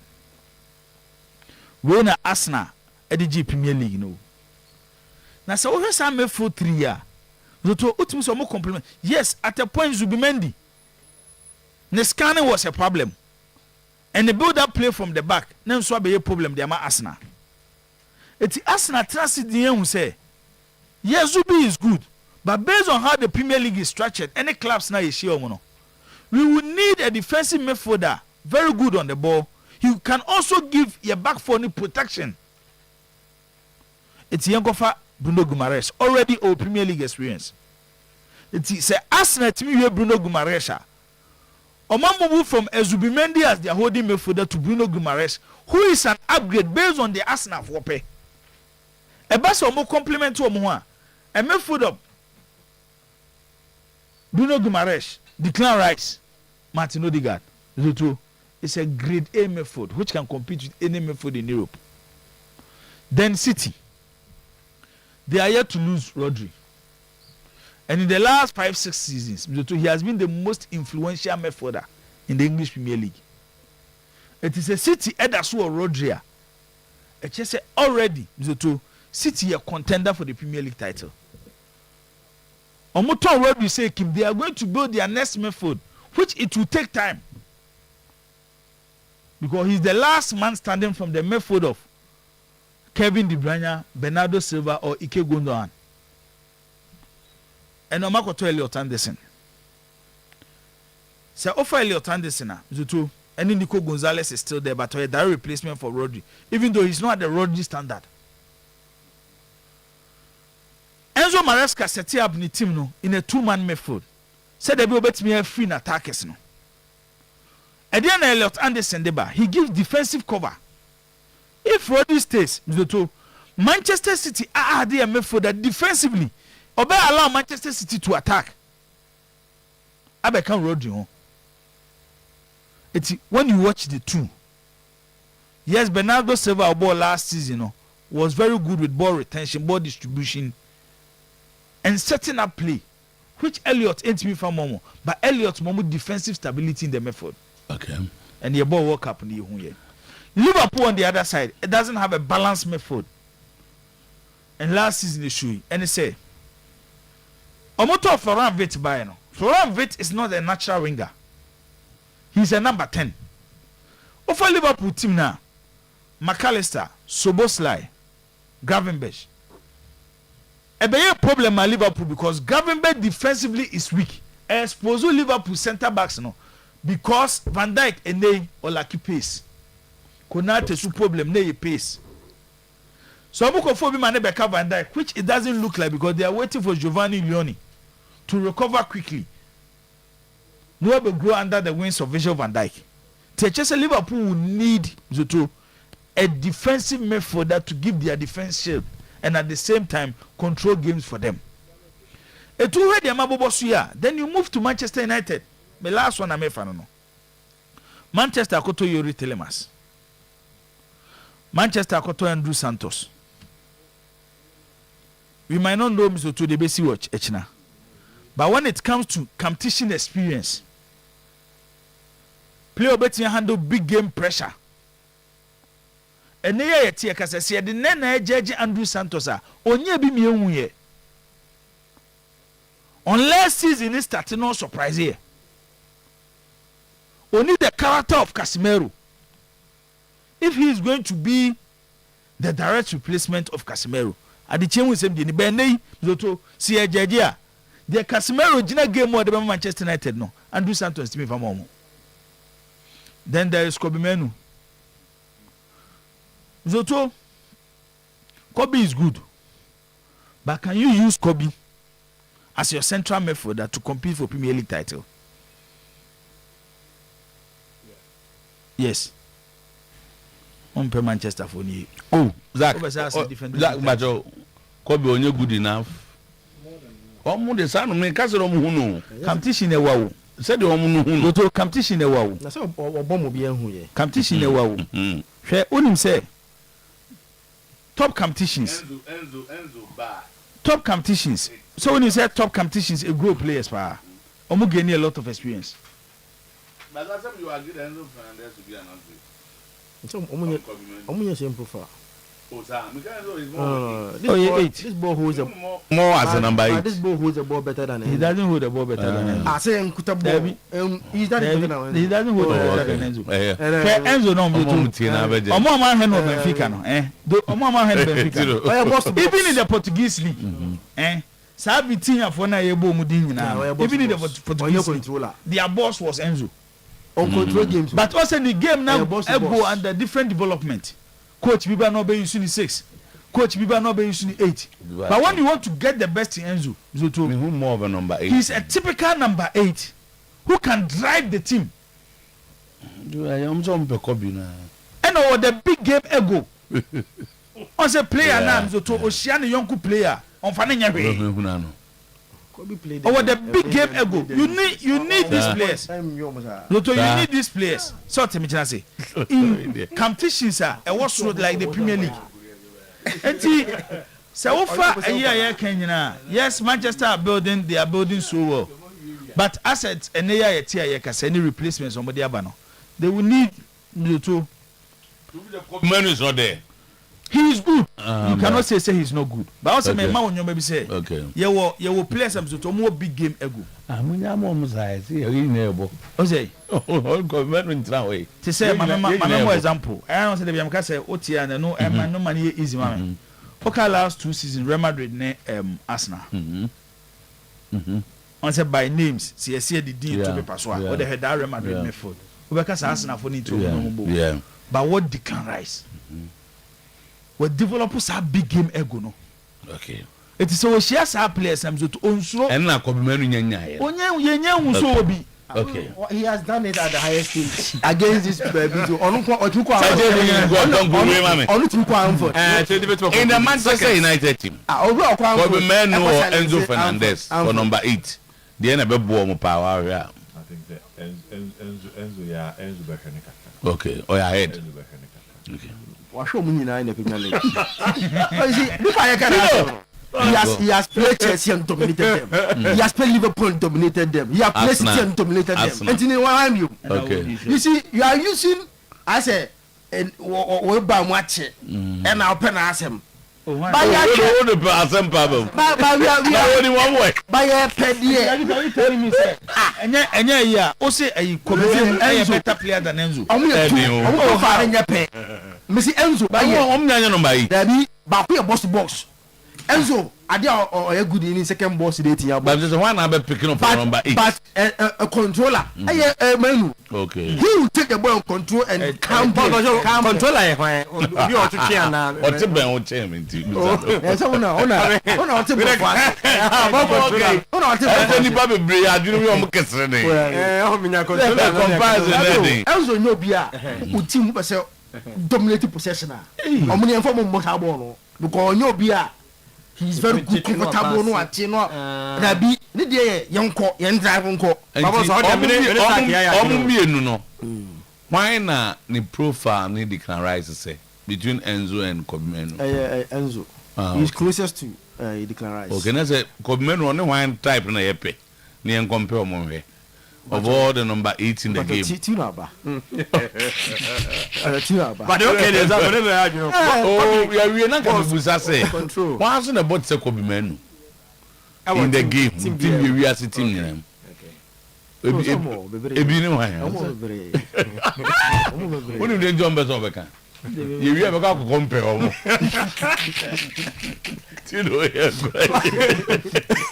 What do you have a compare? Mama so bibia all PM e Kumasi adum say ono de won pani keke na fayi won ko Franco nyema na de bia ya na me di hodanse no oso no kwasem ni Franco wanyema ne bono so eda form kama na nyema no so quality na no caps and ton iPhones wo to wa ho accessories ka ho eno ntia kai say de ye emane the best eno no TV no pejam kakra to TV no bo na ye flat part sabe obakra wo dan na fu flat sa TV na make am for dem wo say kojibi kobo ho no mo kobo dem ho kobo office ho Franco air condition no massa e bonu no 1.5 2.0 2.5 horsepower your water freezer refrigerator washing machine microwave blender generator CCTV camera function monitor video anytime anywhere uwe ni say we park I say adum ejabadwel adum old Mekon Kofo clinic new Kajetia honyina no Franco say ya friend no 0245 316969 0245 316969 na jese wonya Franco na wetimi aboa amefie energy aye kama still obogu so remaining number 1 eno aye international mama abe herbal clinic tana so apatapa new site junction so na make am wasemi ana pabedru no na chese nipa no de donso obetimi twene cons na na de se menyanko ye na so de hia ne se ya bobode do fa mfidie no na che so we ade ne nie abe ma wadura betu ko jaba bia se ne se na duro na nya adwuma na chese sabe ko ye akwadefo wa no maduro no na akotugu ye wo de mpaibon ne yese me so for se na baduro we de se ya na so nya so tie na utie na akokɔ no mu a nkenya nwanwa ya de no ko ba bi ya wo buso ekua to oba ya na beji wo se dabi sika say ya de na obi akwa nso ya de no so na akra sabe ne nantie ne kasa anya de ebe de ya se awutwu awusuo entimi nya hwe abe pesa ya de no na afesi kikra no na hwefom na afi akra no anya kwan ko school na won so wade ho abe se diabetes ya de no ehihye nkrofo ho a me asoso so na soso ano so still so tia na etie wamodem na bra ho no mo wo kare sa na awode ma ye twa mpo wadwuma no mu mesi dwam na wote so sia no kofo ka no waji wamodem na ko abe ho no mo sisie no fibroid no typhoid no enkomo no wo fom malaria no de wo ma wo nche wo ho no mu kokokoko no ye nche wo pressure no ebegina din na fe bia atumi aye kama bosumi aso babu ni nsa obi akoche se ebo obore sa no ebusia sa de no be firi ho no mo hepatitis no fifre keke etumi de pa ya de nyina no eye international mama abe mesi adwuma no mu ya bono ohema wa adwuma no mu sanse abe wote adwuma bruta eno nti momodim na kokoma se tana so apatabo si junction so apɛ wonanti be 5 minutes taxi ne sisi wono wo fa bi no do kwa abe ho a na 2 minutes wadra wie 0243 abe 345 abe 392 abe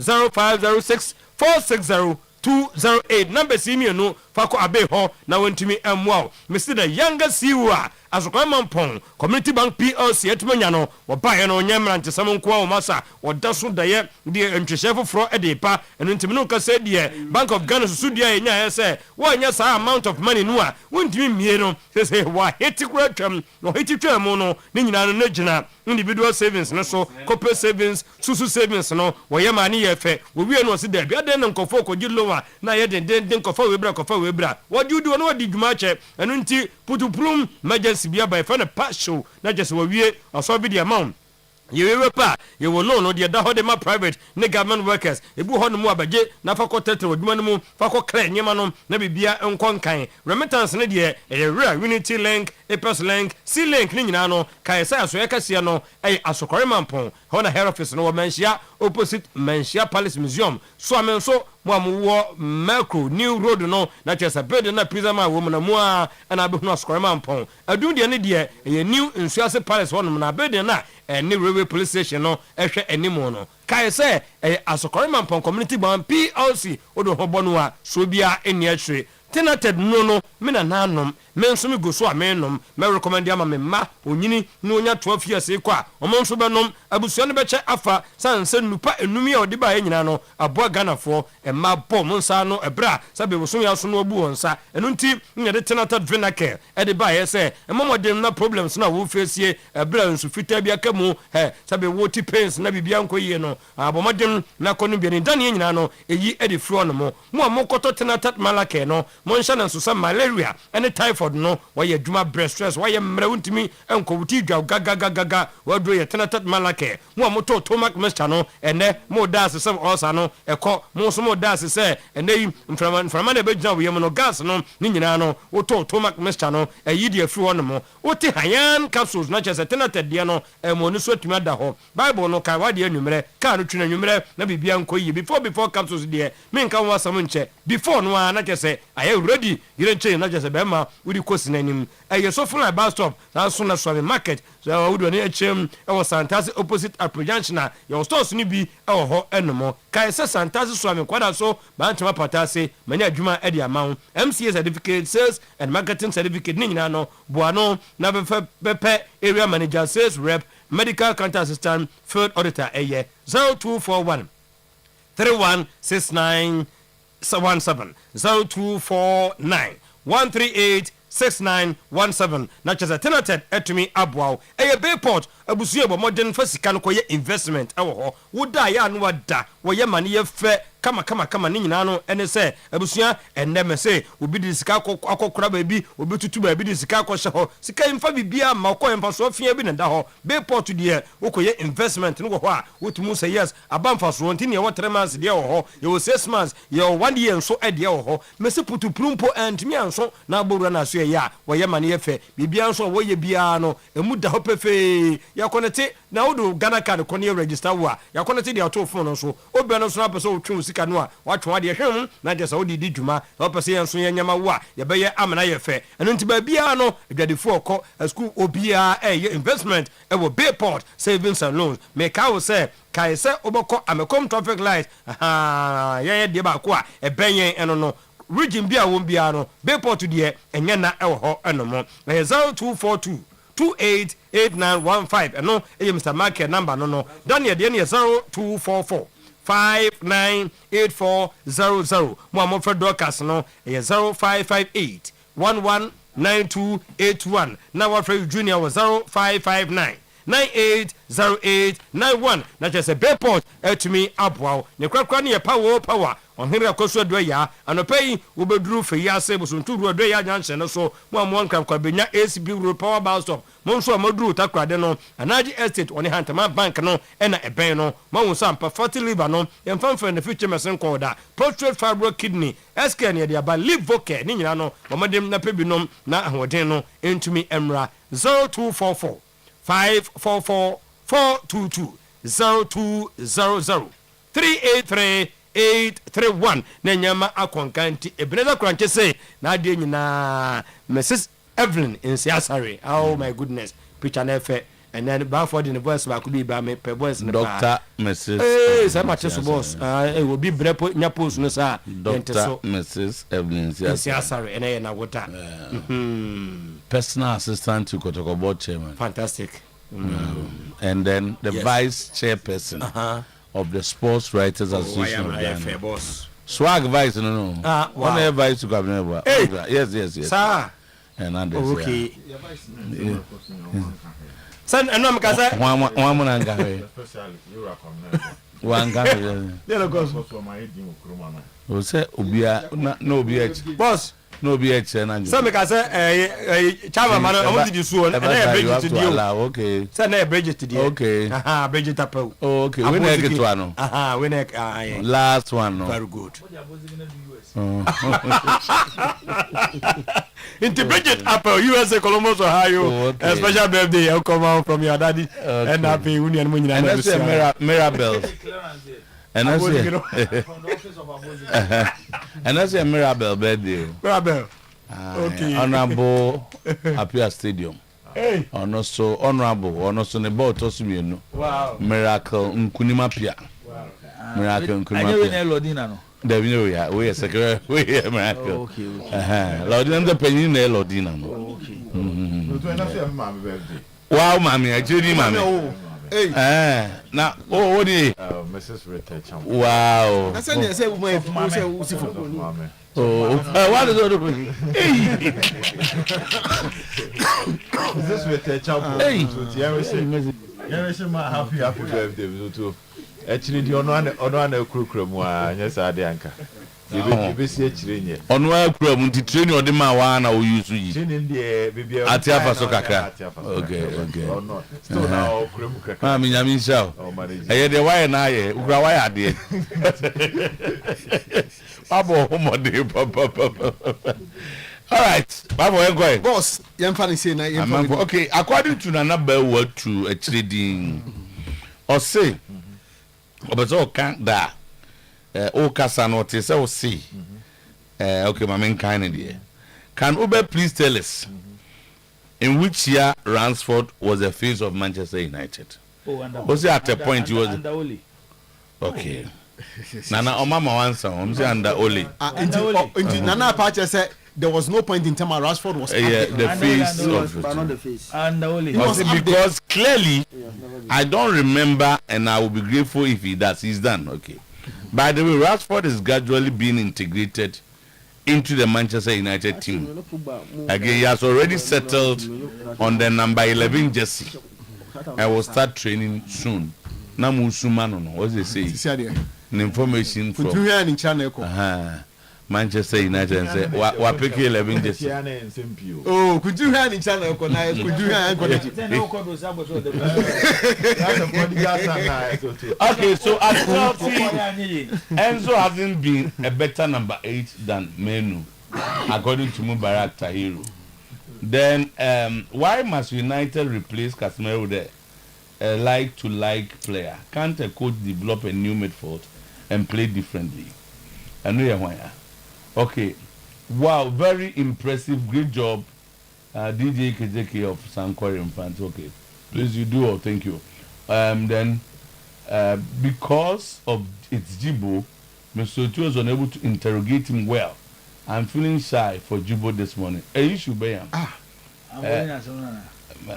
okay, for some of us, we will not agree for Jibo to justify his support for Amorim. And none of the follow up, no. Okay. Why don't you question Jibo? So why has he fallen for this? Players and coaches are fans of saying this. Okay, on Mewahame. I'm impressed. I'm surprised Jibo is happy about this. Oyibo Boateng say, good morning, sir. The coming back of Mourinho to the Spanish La Liga has added additional flavor to the league. Can't wait to see Jose Mourinho in his usual elements and antics. Okay, and on and on and on. Prince Bedu is not gone yet, please. And Prince Bedu no. You training okay. But okay. All right. Yeah. Okay. Okay. All right.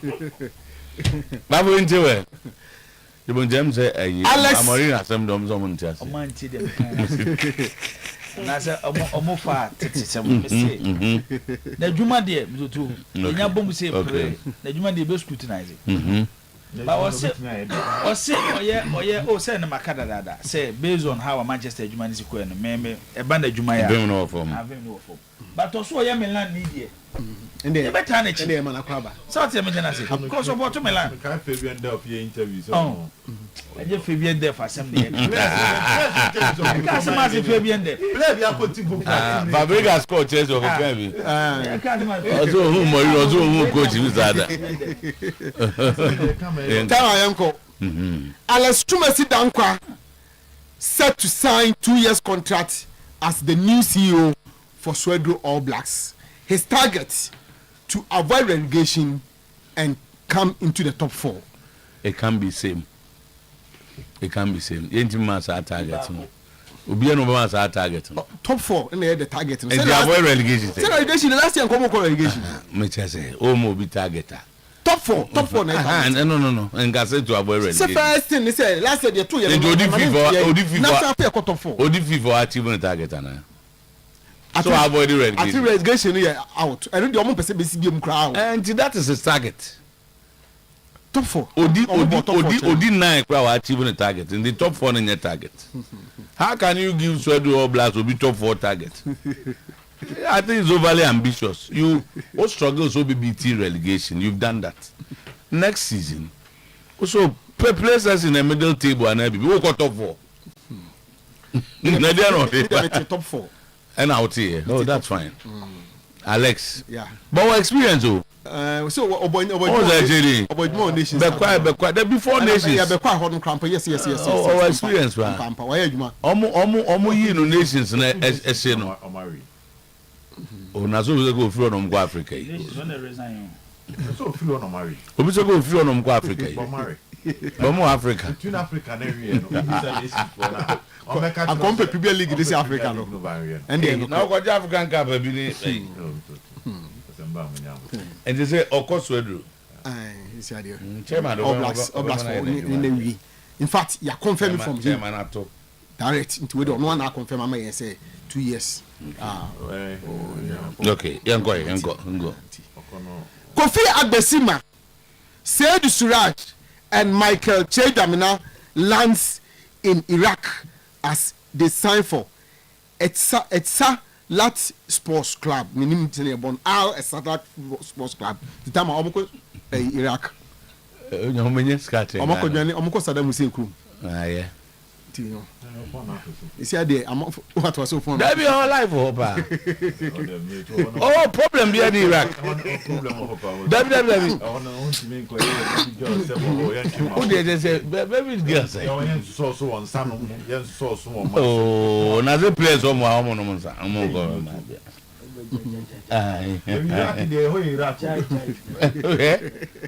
area home ya kwani na baby bi ho da ho bibi awo ho baby adimi ho baby na no obeya wi asa obe pro tactics hello sports mpacho ya sadi ho adwuma mama wadaro we dey empanyin suma so they say Iraq for no omo ko premier in Iraq ebu ko division 1 we Iraq but they'll be paid $2,000 okay $3,000 can omo back kroma ombabu nyina House MD set to meet Nibosa Kapa to determine where the coach stays. Whilst House of Folk wants him to stay at Pubmai, Nibosa Kapa insists of 5-star hotel. Tama, I hear issue. Kapa say up 5. I'm just on Pubmai. Up 5 days. 5-star hotel. So no better. Ono ne cancer. Na sa ne man ya na contract. Won't ne bi amenti ase no. Time now in negotiating contract no. The type of apartment nice in the contract. Say we catch some nice place the man no dey too no buy no go couple my say you say si ha man nice place be biaye na ko o ma ko chem be bia okotena no no so ompe o si dey go want me ntina pugu ma ho no so ntina pugu ma ho ombe be for frama omne nugu so a chuma me ntwe kakra ba mu dey but go back to the type of apartments area no Pobimana minimum no say honye that plus any grade A settlement. Of course, and the but so amount oh that dem go for you there go minimum say dan no na wo kan dia that dem go for you there go inside kakro oh inside kakro Oh, the Mugu, and who room can crack. Midiama will play like Spain next season. No club can stand us. We'll beat all the clubs. No number 9, according to Midiama president Moses Amapaka. I know I didn't buy Jane, one of the top guys footballers in Ghana. The quality, no, experience wise, no. Also, team, no, we can go like a Spanish team, no, without a striker. Medium ratio be very difficult to score medium. I'm telling you, recruitment here, you know, and that's small recruitment. We wouldn't have to know Mongombra. The almost Kofemo Abidjan, yeah, Omuba, in a Blabesh or Takoma Meshi, Adia Abba Park, and so no one will tell me. And I'm quality. Already, medium is quality. Now this is quality at the count. It's a lot. It has costs, but it's needed. We need them very well. We recruit quality, and the coach is doing a good job, good training. When we were being beaten, where were you? I asked this question when I hear people criticizing me. I slapped a policeman at Bekum and ran for cover. Even though I was pregnant, I was rushed for prayers after Kotoko lost to work. Special assistant to Kotoko board chairman, Dr. Insia Evelyn Insiasari. Uncle Faman free baby. Say who say Evelyn Yadio baby into Maya Kotoko Juma me one of the few people work of Morocco, a bell Kromohana. You're rushing me to Methodist Sofo, Anka Miu. After the game, it says I nearly died. And that is how I made Fakotoko. Ya bromi obrekum, Mammy Nimo, and ya bomen to obrekum, police in a bomen, Nituna me boni bi. Boni we and I'm taking cover in Tenanko Faba. Because supporters and listen me Kotoko ne buy intermediate drew. Me praise be ni a drone de quay. Any that show should be there. Me a Kotoko ni, me a support. Forget about some abe Juman, me a Kotoko supporter. Born any train, me Kotoko atina me fee. Ewo baby a chairman seno. Near Frawa Mujunja yeso. O for you krogu. Man sells fee and then ye wo. Obia or ye kumasi ni a watana kwada so there be an FDNT. Francis Dominic Insiatimbe. Se me yamen an ejuma. Me a Kotoko supporter. Why a boy or Kotoko? Unze sometimes come forward platforms where you become emotional. Then your mom much I did me na me bisa say that time I boy and where were you? I mean 89 say bibisa they be me catch me say 52 years say me did me did say me boy because niam me hu edi yes sister Kotoko no e woni mojem ono Kotoko no ne na no mo so no so bie ti say wo ye Kotoko adwuma mo bi nya say asa yakofa le fi ba bi na ba na oba be ye yi na ti tama mami diwe tu misiri wo mpacho na me wi Johnson upon tama take it to Johnson upon sorry we need say dey na dey buy o say eden doctor say nka o message bi as assistant and the birthday message assistant to board chairman, special assistant to the board chairman or be a become like Kotoko Asemana and was Uncle Kotoko Asem, but she's a Kotoko supporter and we have fresh voice Saturday. Oh, okay. Saturday. Oh, okay, we're here. Oh, okay. I couldn't use all not. Oh, all right. And we know Obama saying birthday. Okay. Number 7 and then precipitation. Oh, wow. Okay. Matias. Tama. Matias. Yanko Johnson upon Bon, Mammy Johnson upon Onyinayi. Walid Neema. Walid Neema. Onyinayi. Enyanu no so. Zakaria Fuseni. Ono so Onyinayi. And Tama. Prince Bedouin say Prince Bedouin ni dia ba ye simpanyini bi penfo bi step room ejinam say ye san hwe ne biem na say no say ye sren kofo say hwe biem tama me hu bi dawo ono so ye simpanifo bi tiam biem ka na koka omomoko eyi ne ho by penfo bi tiamti eno mo hwe ne but they will know their fate after Kotoko's friendly match with Benab tomorrow at Hajo ochina Kotoko ni Benab ebo friendly match ye bo wi a sa nipa fo ya mabo mudin tama omutikeka na enie dogo Yakubu obi ni na won kan chen say onyina yi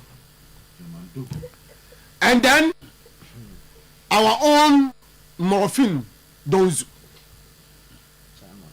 ono so tama onyina dogo de yesi was sign 4-year contract to club no person petit man o manya team man no de a any termination e be kan no morphine those de o ma ye kra no na on shedan ka project ne ho but no person o mo hwe no nti no ya man no kam ya hwe na wie after watching a friendly match no tama ebe wo so wo kotoko basa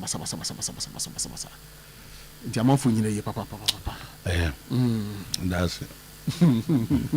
Obe chase man. Yes. Minimum nti ade fi obe de ho.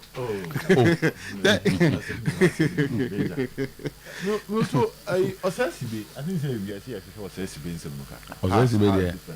Why then? This is also need team. Where we at no. Eh obi mfa ne. Azem no. Omo ne kasa omo has factory that 1 year but no say 1 year no. On pinning because time now no more has one doesn't seem to want to go on only the end. Okay. But no more. Almost sign a contract now. Terminal. Before you sign a contract, the trigger no or the terms were watching. The young fear if you say be a star. And I'll back a different team from. Okay, Sunny the end send here, Sadia. I wouldn't let's not trigger anything. No, that option no deal. And you. It depends who has the power. It depends on contract. Say players to trigger. Say players to trigger. Yeah. So I contract now. Minim how has a one no. The say club no option trigger no. And yeah, optional. No, so okay, club no option to trigger there. You give the power to the club. But there are instances where both of you have to agree. Yes. No. Player no. Mostly the players now. I know age. So them channel. Omo dey say the option to and I said extend now and we be the my player no. Typical example to say Luka Modric. Modric be sign 1 season at Milan. So it just Milan is taking a risk. And omo man no additional year say oye person oba then Milan will trigger it. It's a Modric in the Milan for chance and the Montrega. But the who are the power and the club no. What the power and the of the two parties, who is taking a risk? Player and be about 34 years. Yes, yeah. Tinam see any nintino. Ye be ma offer it to ebi. Ni ama the power if who we now convincing ya. And to wait to make us say now I won't do it again because now somebody is giving me a better offer. Who's a contract there? No, young. That's what we of division 1 about at the division 1 like relatively okay. No year no young. And there's no saying. Oh, said the minimum is a free agent. Okay. Now my phone is saying Crobby fan Man in time. Man in time. Oh, they have told Mamma, when a mistake back, we were back. I'm going to say, man in time, baby.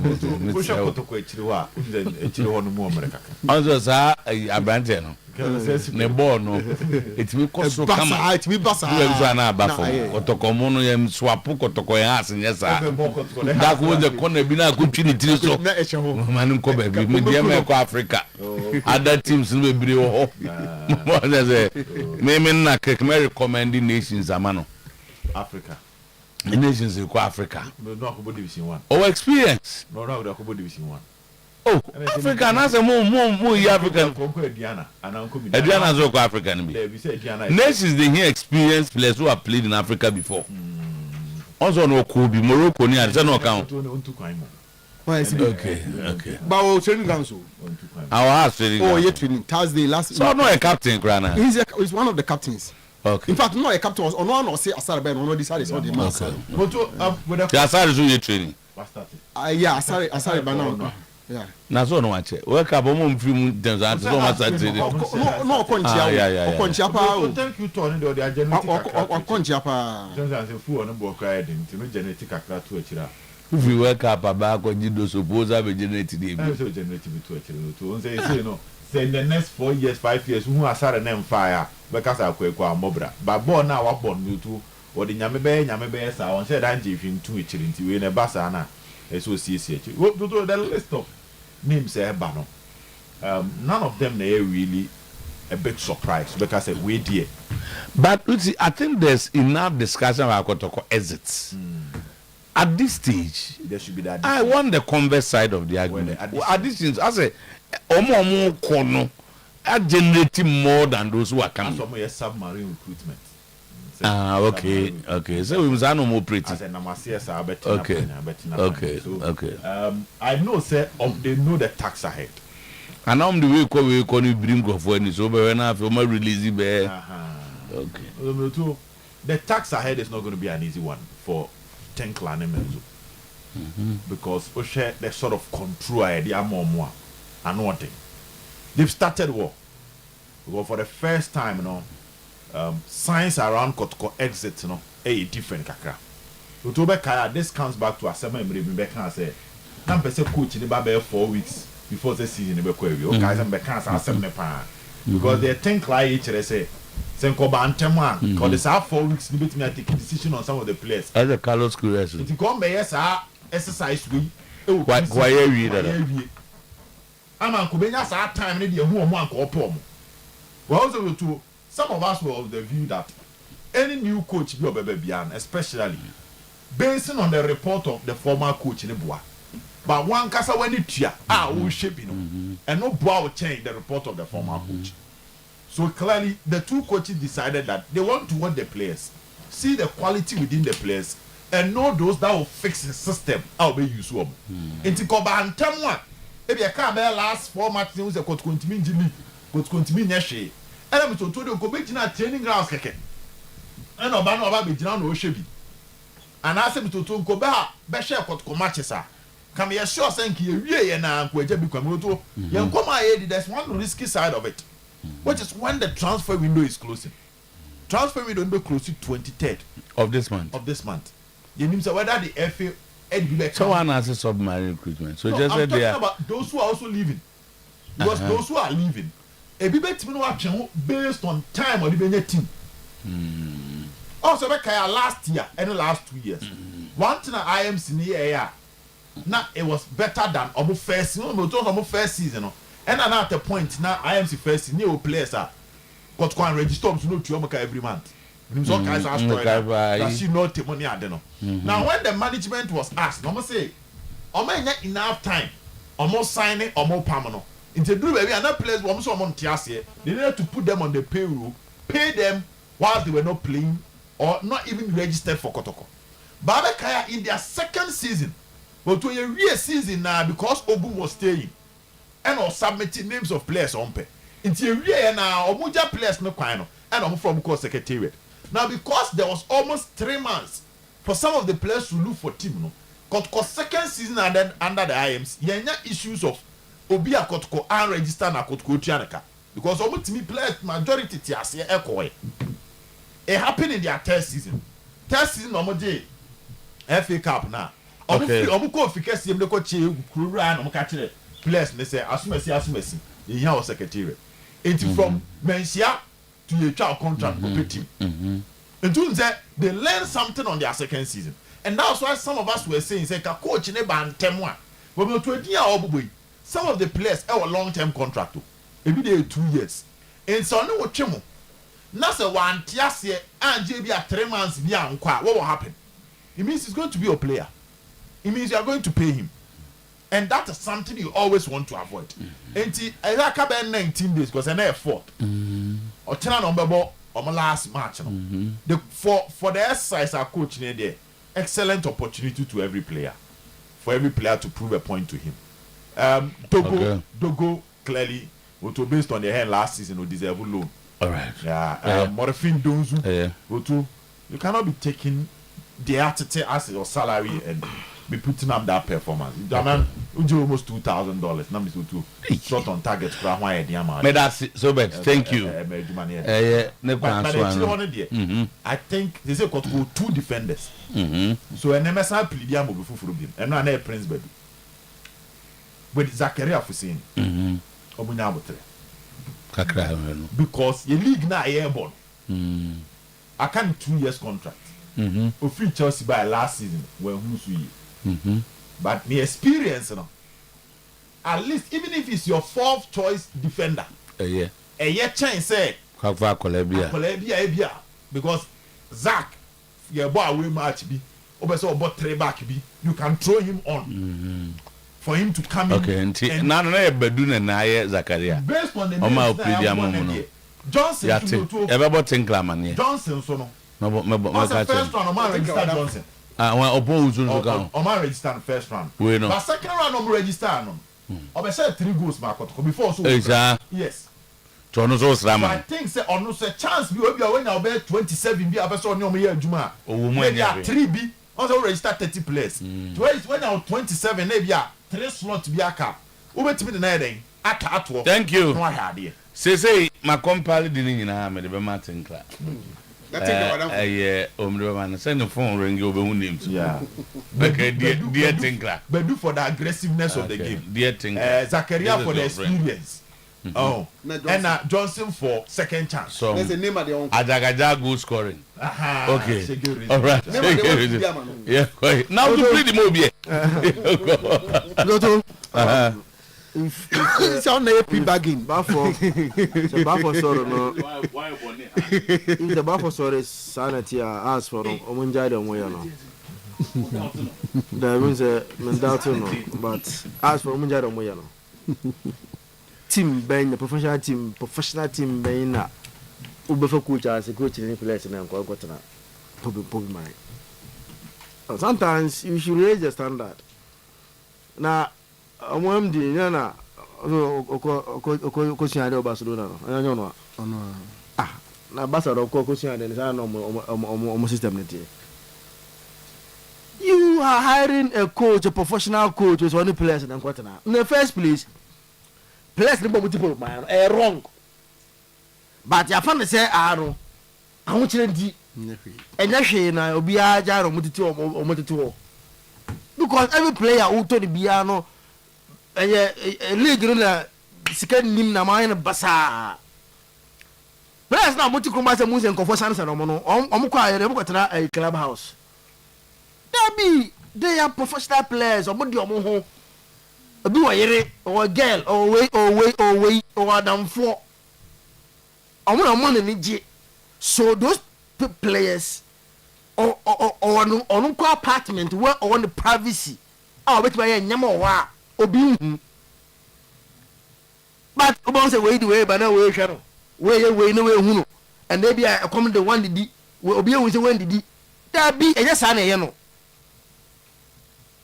as MD munjara moya no anya football na moya no you go and bring a coach from outside and make just only place in the however can be or effective be wrong man I come on 5-star hotel in casa but give him a decent apartment no nkotena ana to for be free boy che ba so nko po mai na de po mai ni banjo da benya like chrono na make on but player no how at least po mai ho ufi po mai a amasama ho sa kwa so na yi they have nice areas all kwa no so fa ko be bia na boy na am go ko no area on Scotland support immigration ni sa area no sa baba what say kwa benya ho nyina o du ga 10 minutes on no problem sa kwa no isi akwa da kwa no man kama there are a lot of that kwa no towns are F power sa kwa no so so two guy mo do boy my own no aba ko ti baby kama no man that's all no nani nuanum South Africa fo kruma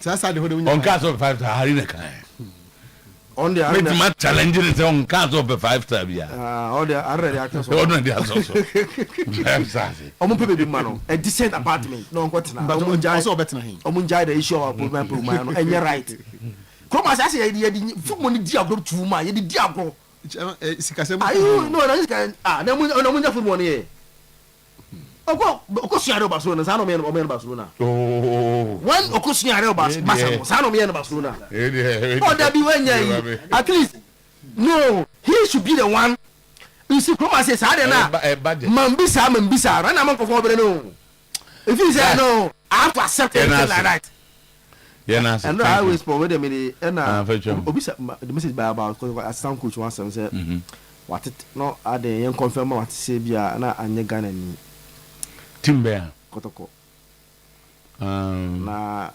mid-season come on ya ben so yeah, but they will need a institutional memory yeah say obi Hamza dey in fact Ghana ni football how do you want to run the youth team no the concentration is about 95% on the all right to prepare the boys. But me say na so who rabbi kuma also assistant coach ntimi can be chire coach no. Oh say so tell you omo a lot of you say me obi ti say than any age. Based on the experience I recent years when you under coach Bashiri for. Wabo club neda so na me chen. Say than any age a part of coaching assistants are too. Yeah. And you good for Kotoko. Yeah. Because ubetimi the next year say who grooming for the future. Ebe do point me na near J na ya wa dia. Head coach no ahye ho no na ekro no. So na mention. Abrodo coach and team manager. Come the neighbors team manager. Frank what? See Frank. Frank na come the you side no. He has not taken chance. See ask for issue no. Maybe house we should be say me come here, but I think and Kenya bad. Say team no more preseason. Who say house because of their location, maybe omo training grounds no. I don't know say house e be shift omo training grounds to a different location. But I say I come preseason mu there. And coach no stay closer to the club nanka here. Stay. Yeah. For the preseason. Because say has preseason never be about the permanent you. But I say no more preseason money there. And can you close to now pre-season ning in our it looks like on preseason on base will put me. So to Sunday mention it looks like on base will put me because so they have their training facilities. Say outside be no more say outside Ghana. But their house we omo training was me do. And if no Ghana has been your training pitch better than the open mine to do their preseason. And I baby omo no kra na why quiet. Kakra. Put my on. Aye, team ka coach no. But so they no answer what to asura wa ba. Ba for na onipa no. Ba ba adwuma no wa. Onim no. Ni nipa no. Onim na bosha. And na bosha okay because a tinkler. And a bosha na bosha. Onen nkasa na ayi do on team no for preseason there. Won stay open. Contias no ntena ho no. Won stay open man. Zoto Owia no makopa ba bia manata. Oh say no ogusu no wo ho na no. But because one thing say so between baby ote. Aside Didi Dramani recently has coaches ni accommodation and share that problem. Yeah. Because me kai say board be house school. Say board not cantonment to say. One of the expensive areas no Russian ambassador in the share wall. Say cantonment was so one about chairman so te. O say enwumre no. Oyede. Enwumre no ohia ne nuane number 4. You coach osuba bi tina kaka. You have life. Oh, so okonyo osuba bi tina kaka. You talk players bi wo ho a omo hia time, bi wo ho omo hia time. Player wo hwe na to ba ku mienu miensa no nimbo. Ye time ade be ma no. So on the mission. Player bo hwe ne ba ku mienu miensa to say player we dey omo a. Ebi o ya de ba ne standard nye ka. Entina, on so hwe am so to entina. Big clubs enye player bi ano mo sign omo. Of course, yeah. Big clubs, any player be an almost sign on. Ebi a player who ha, Zoto, Obetia Kobo, a smaller club. Okay, then I Santico Tokoto, Dogo Yaku. Yeah. So, I think some mechanic. Nam say, time and now Kotoko woman. It was strikers in Shogo. Nam is a Tosu Copper striker. As he can run Obesha go Samawa. Dogo Yaku. For any team ni koyia oba ko that time no na de kotoko hia ye obi obese go samomo eno mo to ni wi so man to bia o sa be do be shemu no way so za ko libya Abetamo. Onu say no, to me hwe ni din no. It's heading towards. Me hwe ni din na me hwe ni development a. No so onye kotoko standard. Dabi. Ongo kra. Omontono. Dogonko. Omontono van Pisca. No. So we say more refin donzo a. O man 15 years kra de otia no be. Nothing will change. Oh, that is the truth. Obi o share more refin donzo bi am zo this one person be kan okre. O say Mama nka se mi chere am zo mi share papa bi last season. Obi o Tako Stadium pa. Na ko to match bi na mi share no ayi Amas ayi sa ayi washing bay na Amas gate ni. Na mbuzan sa aja na Ngo Stadium. O see e kwa amrante ne ball no ball. Ahun keke bi anim. Onyaza. No, but that is the truth. Ko players no mo ball last season. Bi bi anu we be mo wasa asori kwesi da bi ezo ko hebo. Onyaza. Why? Zakaria Fuseni. One more chance. Ono kwade because ono ni profile na ye. No, ono ni profile. But you aka back obi. Johnson.